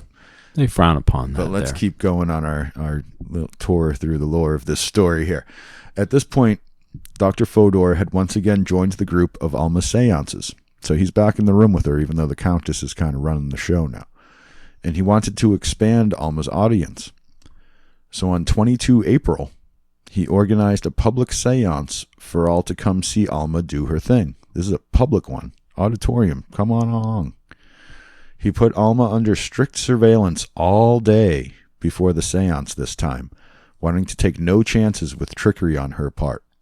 Like people with her at home, people with her at the restaurant, and blah, blah, blah. Wherever she went, someone was with her. They even conducted a full strip search before the sitting and supplied her the clothes that she would wear. In front of the audience of 19, so there's 19 people in the room, Alma produced her usual assortment of conjured trinkets, in these cases known as apports. This time the apports included a small glass vase, a dog-tooth quartz crystal. Quartz crystal moss. Yeah. Let's go back to our Stanley Hotel stuff for that one. And a small piece of pottery with the word Timgad, Timgad, etched in tiny writing on its side. Timgad, it turns out, is the name of an ancient Roman city. And his brother Egad. Yeah, Egads. They founded Rome. No one could explain how these conjurings took place. Magician Horace Golden afterward said, "It was the most wonderful thing I have ever seen. I am absolutely convinced." Egad. So she's pulling the tricks on the magicians here. So, something to it. Alma then found celebrity status at the IIPR. She's moving up the chain. She conducted a series of seance sittings in which she performed the functions of a full-on medium, channeling the voice of her connected spirit. The spirit gave its name as Bremba, replacing the moniker Jimmy, and elevated Alma to the status of all-star medium. But it was not long after attaining this newfound fame that Alma started suffering what appeared to be negative side effects. On a telephone call on 5 May, Alma told Dr. Fodor, quote, "I want to be nasty with people. I have the awful feeling that I must do them harm. My husband said yesterday I was talking to him on the landing, that it was not at all me talking to him." Unquote. But they persisted, and on 10 May, Alma performed another public seance with a similar crowd and similar results as the last one.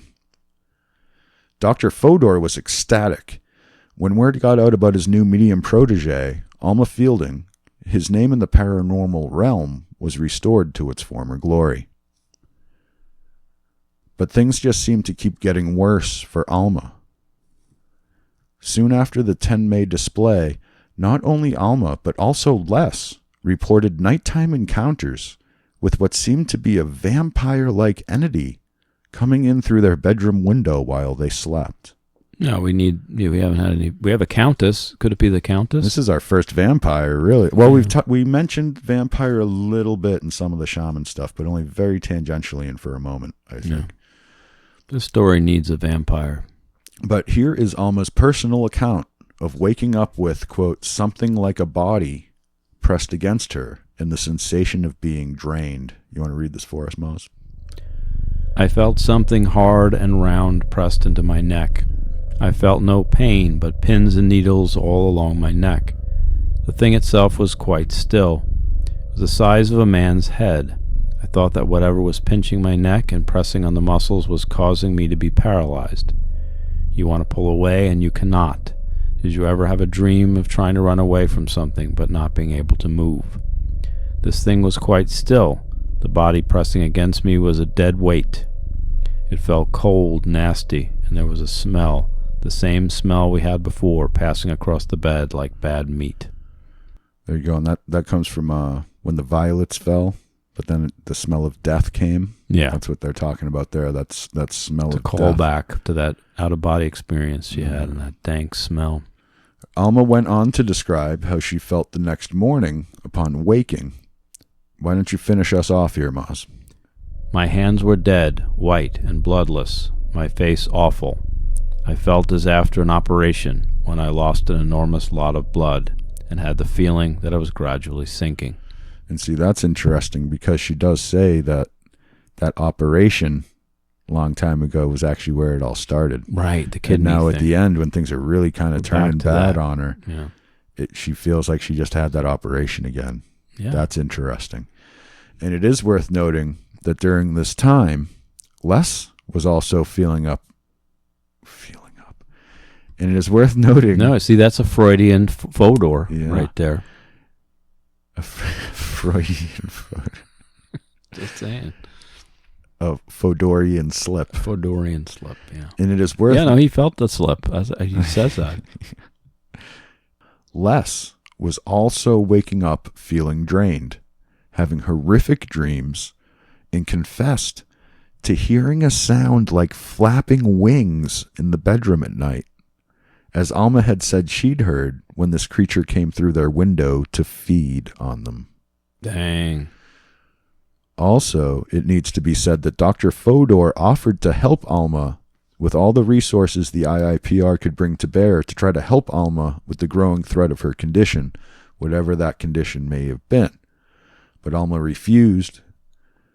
She was pulling back, she was isolating herself, and she was putting up walls. I have an ahuguano.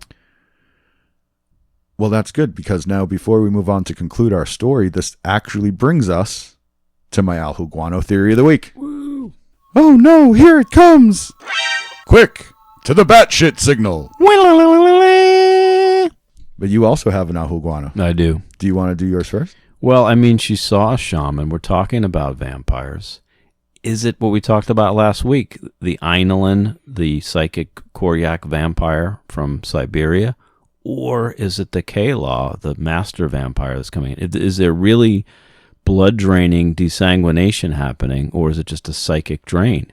We've got kind of a little bit of both here going on. Well, let me read my ahuguano theory, and then we will talk about that. There you go. Because this one is for you, Maz. Here's my question. Do you think that Alma may have been a shaman in her own right, set on the path, but at some point lost her way and is suffering the consequences of her energetic failure? Cicely. Yeah, or maybe she summoned one of those beasties you were talking about that she couldn't control, and now it is hunting and terrorizing her, taking over her existence. What do you think, Maz? Her powers seemed out of control, but once she got some direction from the other paranormalists at the IIPR, she seemed to grow her powers, but was never able to control them fully, and her condition deteriorated. Is that a sign? I should mention that her physical health started waning as well. When she started into her seances and mediumship, she was losing a lot of weight, she was looking very pale, things like that. It took a noticeable toll on her, and she said after reporting the vampire incidents, she felt she was going mad. So you're a resident expert on these matters here, Maz. What do you think of the theory that Alma is some kind of wayward shaman? Yeah, at some point she gained powers. At some point she went a little Cicely. She has interpersonal problems to some degree. She has all these medical problems. There's this histrionic, there's this attention seeking, there's these other impulses to do bad. There's this strange connection between her and Fodor. There's a lot going on here. There's a lot to unpack. Yeah. And I think it's unpackable in a way. But she does seem to me offhand to be just part real and part David Blaine. And, there's just a lot, there's so much weirdness going on here. And I also know, because this is the one that broke Fodor to some degree. So I know there's a shoe to fall at some point. We'll definitely get to that at the end. But at the same time, it wasn't just this case, though. There's a lot that goes into the fact that this is kind of where he was trying to pull himself out at this point. This whole era of mediumship, Yeah. it ended when World War II started. All this ended. Right. England didn't care about mediums and spirits anymore. They had a war to fight. Yeah. Yeah. Like, that's really what ended it in the end. Right. But this case did not help at all. The situation. But to me, so many things of people like Dr. Willis and Lori and Fodor. There's so many people who were sent there who saw things they can't that didn't seem like trickery unless it was, again, really well done. Like this was showmanship Right. of another level in a way. We'll get And back is it into a combination of real and trickery? I'm actually going to get into that in my very final theory. So let's put a pin in that and move on with our story here. So it was at this point that Dr. Fodor's renewed hubris kicked in, and he got a little bit cocky. Like he was doing with the crown jewels thing. Oh, yeah. But for Alma's next visit to the IIPR, he acquired a new piece of brand new technology that he figured would, one way or another, and that he was a one way or another kind of guy, put an end to the debate over the legitimacy of Alma's apparent paranormal powers. He bought an X-ray machine. Ooh. It was a brand new technology at the time. It was Nice. all the rave. Good for him. And this week's Mad Cujo's Award goes to Wilhelm Conrad Röntgen for inventing the X-ray machine, Moz. Woo. Down boy! Did you know that Wilhelm Conrad Röntgen invented the X-ray? I thought that was the printing press. I always thought it was Bruce Banner. Or I guess the that was ditto gamma machine. rays. That was gamma rays. I know who did call waiting. That was Bones' We dad. know the guy who invented call waiting, like personally. That's kind of cool. And he invented it because he didn't really want to talk to us right away. Yeah. Right, so he could be like, hold on a second, I'm getting another call, and Yeah. then just never come back. Yep. It's a very It useful didn't tool. work. It didn't work in our case, but But anywho, with the X-ray, there would be no more need for the strip searches, clothing changes, endless observation and surveillance that went into trying to trick-proof these seances. Not just with Alma, but with all supposed conjurers and mediums, especially those that presented apports. Alma was reluctant to be X-rayed, but after much cajoling and convincing, the IIPR team got her to submit to the machine. The very first scans made of Alma showed very clearly a couple of trinkets hidden beneath her clothes. Mm-hmm. The scans were read before the seance began, but only the select few IIPR members present were allowed to see them. But what about they gave her clothes for one of these events Previously, before the X-ray, they would strip her down, search her. and give her other clothes? They go into detail. There were some where it was like, Yeah. she was being inspected by other females, and it was basically like she was being arrested. Let's just put it that way. Yeah. For some of them. But this took that out of it. They didn't need to do that now because they had the X-ray machine, right? But the evidence was clear at this point that Alma was most definitely hiding something. But in a wily move of investigative gumption, they did not tell Alma about the results of the X-ray. They actually, I didn't write this down. I think they made an excuse like they didn't come out or they had to send them away for printing or something. Like they didn't actually know anything yet. But they just continued on with the planned seance, acting as though everything was as it had always been. They put her on call waiting. Yeah. But this time, they knew what to look for.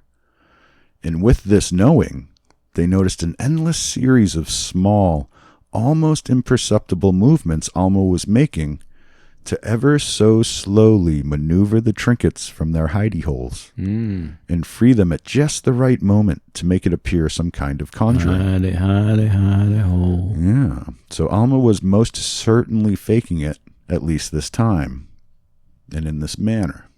Mm-hmm. But of course, this immediately marked Alma as a con man, someone that IIPR had put a huge amount of resources into, and now turns out to be a fraud.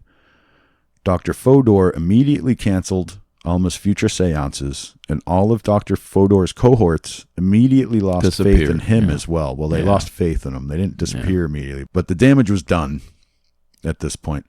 It put him in a far worse position than he even was before he started. Yeah.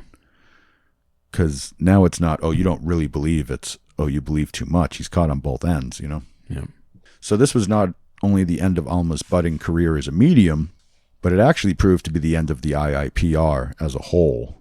Wow. This is what you were talking about. In short succession, Dr. Fodor was fired from his position at the IIPR, and then the organization was fully defunded and disbanded. World War II was just getting underway, and there was no more time or resources to put into these more spiritual matters, especially after being made fools of in their own minds in the eyes of their peers. Yeah. So It's a bad day. It was a bad day. Yeah, it was a bad day. But Alma faded into obscurity and signed up as a nurse during the war. Dr. Fodor's career was built up and torn right back down again by the Alma Fielding case, but he landed in a most unexpected place. And after all of the madness and bad breaks, he never did fully give up on Alma, actually, and she became the focus that sparked a whole new revelation for Dr. Fodor. But again, this is Alma's story, not Dr. Fodor's, so we'll be discussing all that in the side trail. And if you want the really full detail version of this whole story, all the characters involved, where they went at the end and all this, definitely get yourself a copy of Kate Summerscale's book, The Haunting of Alma Fielding. Really well written, presented, covers all the extra details that I skipped over in this episode. But now, without further ado, here is Sir Richard Scully-Muggle's Skeptics Review. You're full of crap, and that's the nicest thing that I can say. Well, it's obvious that the whole X-ray debacle didn't do Alma's reputation any good, right, Moss? Yeah.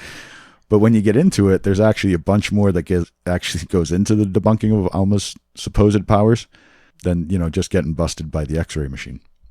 So let me give you a little bit more background that I skipped at the beginning so as not to debunk up front. So for one, they tried to recreate Alma's supposed astral projection ability a couple of times. They tested her on it. And both times they got very questionable results that seemed more like a good trick than anything supernatural or paranormal in any way. So they kind of debunked the whole teleportation, astral projection aspect of it.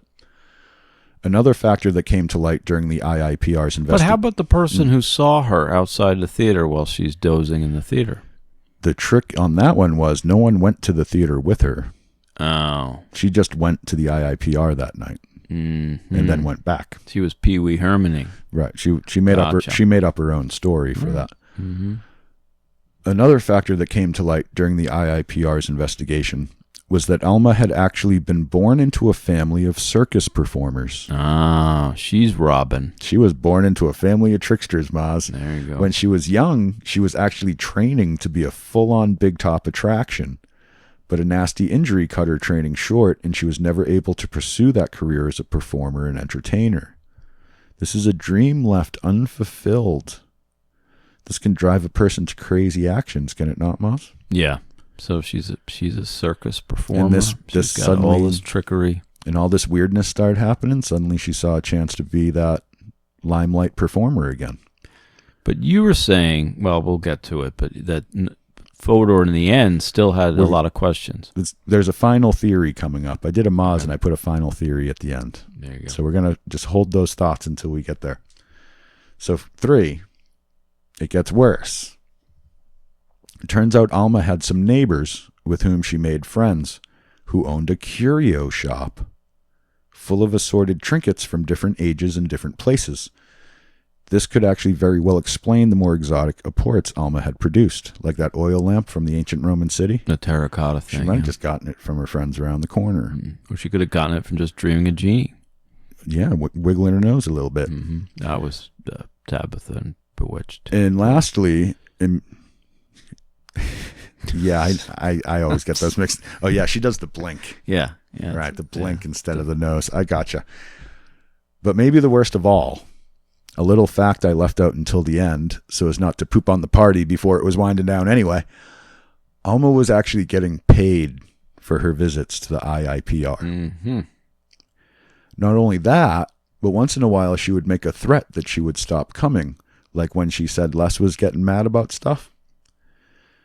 That she couldn't afford the time anymore, that her husband was mad, things like that. And Fodor would raise her pay. It got to a point for a while that she was actually getting a bigger cut of the IIPR budget than Dr. Fodor was himself, and he was in charge of the place at that point. Wow. Yeah. So, yeah, it's not like the Fieldings definitely weren't hard up. They didn't need the money. But, people do things for money that... She had a lot of medical bills, obviously. Yeah, and add all that up, the skeptics But this have a means great argument on this one. Les was in on it. George was in on it. Donald was in on it. That is part of Alma was in on it, and Right. and 3, investigators were so duped sitting right next to her. It's still an impressive feat of circus-free trickery, and still leaves a little bit of hope for it to not be completely bullshit. Yeah. But let's get to that. It seems too easy to add it up to Alma Fielding just being a total fraud, right? There's even more you can get into for this segment, but this is probably already the most energy I've given to a skeptic side on any of my episodes. So I'm just, and it's, I mean, you see the argument, so I'm just going to leave it at that for now. But like Dr. Fodor, I also have not totally given up on the strangeness of this case. And I will discuss that in my final theory here coming up, do my little Moz style final theory at the end. But let's do our other segments here first. Scully Mulder believability scale. They feel your methods, your theories are Spooky? Do you think I'm spooky? Wait, why am I Scully? Well, I mean, now that it's been debunked, I would actually rather hear your closing argument before I even made this, but, I'm just going to go with the 2 because there's still some question. Some of these things are very strange.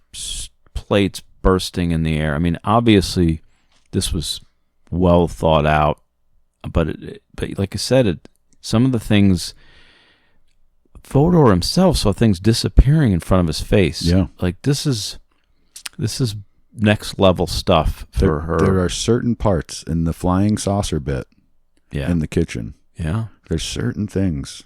Yeah. But we'll get to that in a second.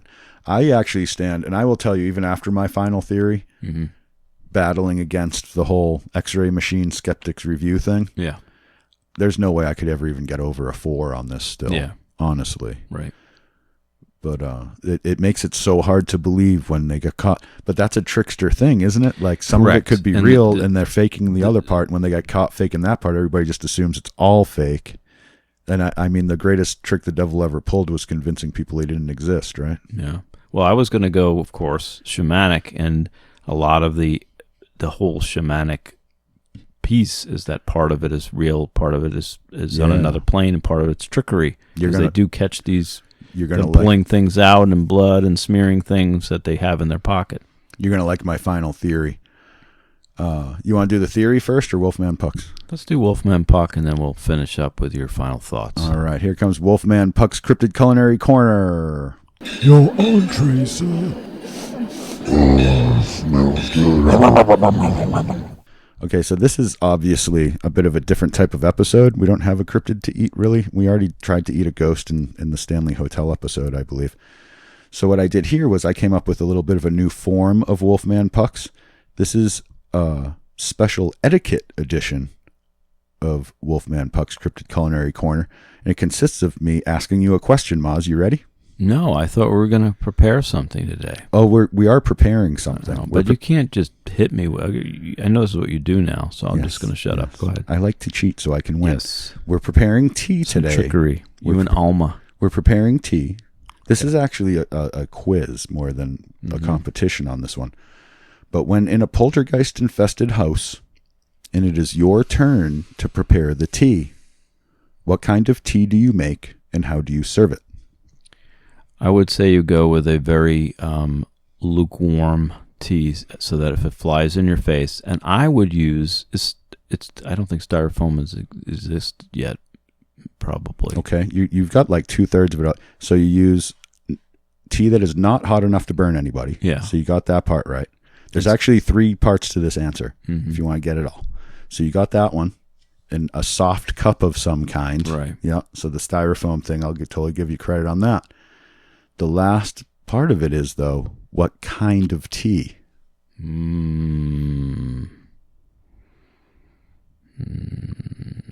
I can't. English breakfast, just because we're in England.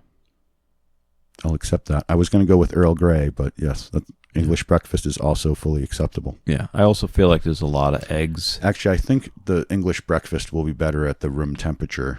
But the Earl Grey needs to be hot. Yeah. So I win. You win. And you get an A. You got an A. You but got a full-on A on the quiz. I still have one. Because I You thought still of have one. what? I still have a Wolfman Puck.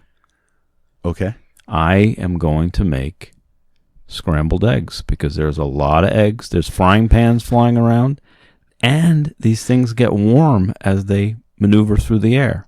So they won't be fully cooked, but they would be better than fully raw eggs because they would be telekinetically energized. Soft boiled. Yeah, very soft, very over easy, but hard on the wall. So soft boiled eggs with our tea at the Poltergeist house. Yes. Yeah. I appreciate that, Moss. Thank you for adding the food And element. I'm going to pair that with whatever is the closest bar in that Thornton Heath place that you can just walk in and get a Fuller's or whatever the heck you're drinking. All right. So with that, let's do this final theory. You ready? Yeah. I'm going to kind of put this in a form of a question to you also, Moz. Is it possible that this isn't such a straightforward yes or no question as to whether or not Alma's situation was paranormal? As with all things, nothing is just one thing. Chimeraism is universal, as we have discussed in previous episodes. So what if Alma was both actually haunted, but also a trickster fraud at the same time? This is what we've been building up to. What I'm theorizing is that the house was actually haunted, but everything Alma did of supposed paranormal nature outside the house was her being a trickster fraud. Now, before you make up your mind on me here, let me make my case real quick. First of all, there seemed to be a pattern of debunkability between the at-home and the out-and-about Alma experiences. When you get into it, everything that happens outside of the house, pretty much totally debunkable. Sleight of hand, trickery type stuff. But the glass of milk falls on another table while something flies out of her hand and hit the wall. I don't know how some of these are weird coinky-dinks. Well, the trickster's good with somebody knocked over their glass of milk and she That's saw when it she happening, did it. and that's when, because Yeah. everybody else was distracted. And even though it happened just after, everybody will say it happened at the same. Yeah. That's the trickery of it. You know what I mean? Showman. So everything outside the house, debunkable, but everything in the house, maybe not so much. Because there are a lot more things outside the house, too, that you'll see in the book than I even covered. But there were a number of occurrences in the house totally inexplicable. Like, we talked about some very directly and some others just tangentially. But what little I know about this, didn't everything end as far as in the house, too, after everything was... Well, they moved. Nobody was investigating. Like, there was no one left to pay attention. Like, literally... the war hit. The Fieldings moved Right. out of the house. Okay. Fodor, I could be wrong, Fodor too. I left the read country. a lot about different accounts, and I thought... Well, that's the thing, is nobody knows, because Yeah. the Fieldings left town. Gotcha. Don went off to the military. Fodor went to America. Nobody else was even looking into it anymore. Alma joined the circus, became Robin, Alma became Batman's sidekick. Alma became a nurse for the military during the war. Oh, I was close. Yeah, you did say that. They all went off and did their wartime stuff, but Right. but on top of that, they moved out of the house after this. So, but anywho, so let's get into the inexplicable occurrences in the house. The first one that comes to mind, of course, is the flying saucer incident. Inspector Laurie was so baffled by this happening, this outdoor cat dish suddenly flying across the kitchen, coming from a direction where no one stood. Pre-Temptation commercial. Right, he drew that map. He drew it to scale. He drew a scale picture of the kitchen, marked all the positions, he got sworn testimonies from everyone in the room. He could not figure it out. They couldn't figure it out. Another is the toppling wardrobe that we talked about. A large wooden wardrobe launched itself in the air and crashed down on the bedpost in Donald Fielding's room when no one was in there. Mm-hmm. Everyone knows no one was in there. You know what I mean? Everyone had a proper alibi. They were all in each other's company. This thing goes flying across it. Big, heavy wooden thing flies across the room. How could someone fake this? A large piece of heavy furniture jumping in the air and crashing down when no one's there to even pull a rope or anything. Mm-hmm. And they heard it, like they were in the house, but no one was in that room. This is the 1930s, too, remember. There were a lot of machines around, but I can't see a tech-based explanation for this without someone leaving a big, chunky, rope and pulley, catapulty thing or something sitting This there. is kind of the Scooby-Doo episode where you're really so convinced that something happened, and then it's Mr. Jerk and Penkins. Alma got her mask pulled off by the x-ray machine. Exactly. But we also have the weird George incidents. There was the claim that he felt a hand push him on the stairs. But George is, George is the tenant he's who's the in tenant. on it. He's got to be in on it. Well, if it's bunk. Okay. But there's also the night he saw Alma coming into his room. Right. In only her red dressing gown, which she didn't even possess any longer at the time. She'd given it away. Unless waking to George's angry yelling and seeing Alma asleep in the bed next to him at the very moment that George was yelling. Right. They both insist on this story. Then there's the vampire situation. Les reported very similar symptoms and experiences as Alma during this time of supposed vampiric attacks. There was argument before that Les and even George may have been supporting a hoax. But at this point, Alma had already been called out. This was actually, I put it in the wrong order for the sake of our story. That was after the x-ray machine. That was after they had been debunked, after they'd been cut off from the IIPR. No more money coming in, no more attention. Nobody gave a shit anymore. Was that their last attempt? That's when the vampire thing started happening. I'm just saying. They weren't trying to get back in. Alma ghosted Fodor. Gotcha. She was like, leave me alone. Okay. Like, she was not trying to get back in. He was calling her, hey, let me help you. And she was like, screw you, dude. Yeah. And that's when she told him about the vampire thing. So what would be, like, they were already out of the loop. There was no getting back in. Okay. And they were still, why would they still keep up the fraud? Interesting. Especially a guy like if they were paying George to do it. Why would he do it anymore even? You know what I mean? Like, he could have sold his story to the newspaper about the debunking of it. They would have given him money for that. Somebody would have paid him to come out and debunk. But nobody, that wasn't a thing. I don't know. To me, that plays into the stuff in the house is actually happening in my mind. And when that got her the attention to have people be like, hey, come outside and do that, she was like, oh, now I have to be the trickster. Right. Because it's not going to do it for me. Now I have to do it myself. But you also got to remember Don's personal experiences with the poltergeist. Alma wasn't even around when Don testified in the spring of 1938, during the peak of the activity, that twice that back scrubbing brush from the bathroom floated down the stairs behind him. Nobody was even in the house. Like, how does she pull that off? And unless Don showed no signs of being into it, he was like, I'm getting the hell out of here. And then when it started up again, he goes back and it's all happening again. He left again. Yeah. Like, he didn't want anything to do with it. Like, how do you explain that? Right. Let's not forget the magically moving light bulb from the beginning, too. That was weird. Right. The bulb all of a sudden being across the room on the chair when no one would have had the opportunity to move it without someone else knowing about it. So there is a litany of episodes from inside the house that defy logical explanation, but everything outside the house seems at least relatively easy to debunk in my mind. With the exception of the things disappearing in front of Fodor, that happened outside of the house. True, that was in the car. But even that, like, I don't know, that Fodor and Alma thing, there was a very odd dynamic he going wanted on to there. believe, yeah. Yeah, he really wanted to believe. And he wanted to find his sister Samantha. Right. Yeah. No, wait, that's different. But, yeah. But anywho, to summarize this theory, I think there is a possibility that the house was really haunted, and that when the press showed up and started investigating in a serious way, Alma loved the excitement, loved the attention. She was a bored housewife in the 1930s that came from a family of performers who was training to be a performer until her early teenage years. So you can see that, right?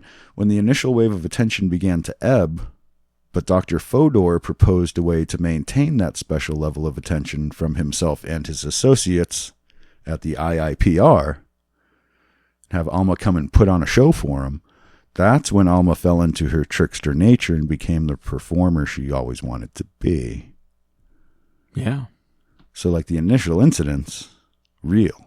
What happened after that, faked by Alma to continue her rise in status and all that attention and praise and everything. So what do you think, Ma? Does that final theory hold water? There's things in this that it does defy how she pulled all this off. So I would say there's still some question marks, even though it's a low score for believability because of the X-ray machine. Mm-hmm. It's still really a strange string of events. Right. Things bursting in the air in mid-flight. And things happening when she's not there. Yeah. Things that are just... And even when she was there for the flying saucer thing, she was standing over here with her back to the whole thing, comes flying from over here. How does she do that? Some of those, you do feel like something could be rigged from the, like if you're rigging a house, they can come up with some of this stuff. Like the traps from Home Alone kind of thing? Yeah. Yeah. But I mean, you would have thought they would have been discovered by Lori or that's Nandor the thing. Or someone. Right. With all these people there to investigate, you would need some kind of contraption to throw that plate. But I would imagine it would be rather obvious. But I mean, if you have something up through the chimney where you're pulling over the hutch and you just pull the rope and then the rope goes out through the chimney. I mean, if they put a lot of effort into it, you can rig a house. Yeah. But at the same time, like the traps in Home Alone. Yeah. And I feel like even saying that though, she was next level Blaine. Like, she was ahead of her time. No matter what this story is about, it's really interesting. If she actually pulled off faking all of that, that's impressive. Yeah. Like, that is some serious illusionist shit right there. Yeah, she's got something going. You got to give her some props one way or another. Yeah. But she did have a lot of, like, very negative side effects from that. There may have been some serious mental illness at work on top of everything else as well. Yeah, there does. It seems to be a lot of soup. It would be interesting to have read her file if it was done today, especially. Yeah, because the blindness. There's a lot of we'll get into stuff or neurological stuff or interpersonal stuff. We'll get into it more in the side trail actually, because Nandor Fodor basically turned Alma Fielding into a whole new branch of psychology. Right. Came up with some of at least the terminology that's still used today. Right, but we'll be covering that in the side trail pretty well. This might turn into one of our longer side trails, actually. We'll see how it all comes out. Nice. But that wraps it up for Alma Fielding's story for this episode. Is there anything you want to add or subvert before we go here, Moss? No, well done. It was a fun one, despite the fact it reminded me a little Scooby-Doo. And, at the end, you're like, that was just a fog machine, a pulley? Mm-hmm. And you get sad. And she would have gotten away with it, too, if it wasn't for that darn X-ray machine. Yeah. But on that note, thanks for joining us on this leg of the Monster Lore Tour, everybody. Before you go, please hit all those happy little fun buttons on whatever platform you're listening on, like, share, subscribe, and all that. If you have an opinion about how we did, please take a minute to leave us a review to let us know how great or terrible we are. And don't forget, you can get early access to future episodes and their accompanying side trails in our Patreon members section for only $1 a month. That's right, only $1 a month at patreon.com/monsterloretour. But due to supply chain shortages, this could only last this low price for a short time. So don't, avoid future regret and disappointment. Yeah, do it now. Just give us $1. I just need $1. I need $1. Dollar, that's what I need. Until next week, have a good one, listener.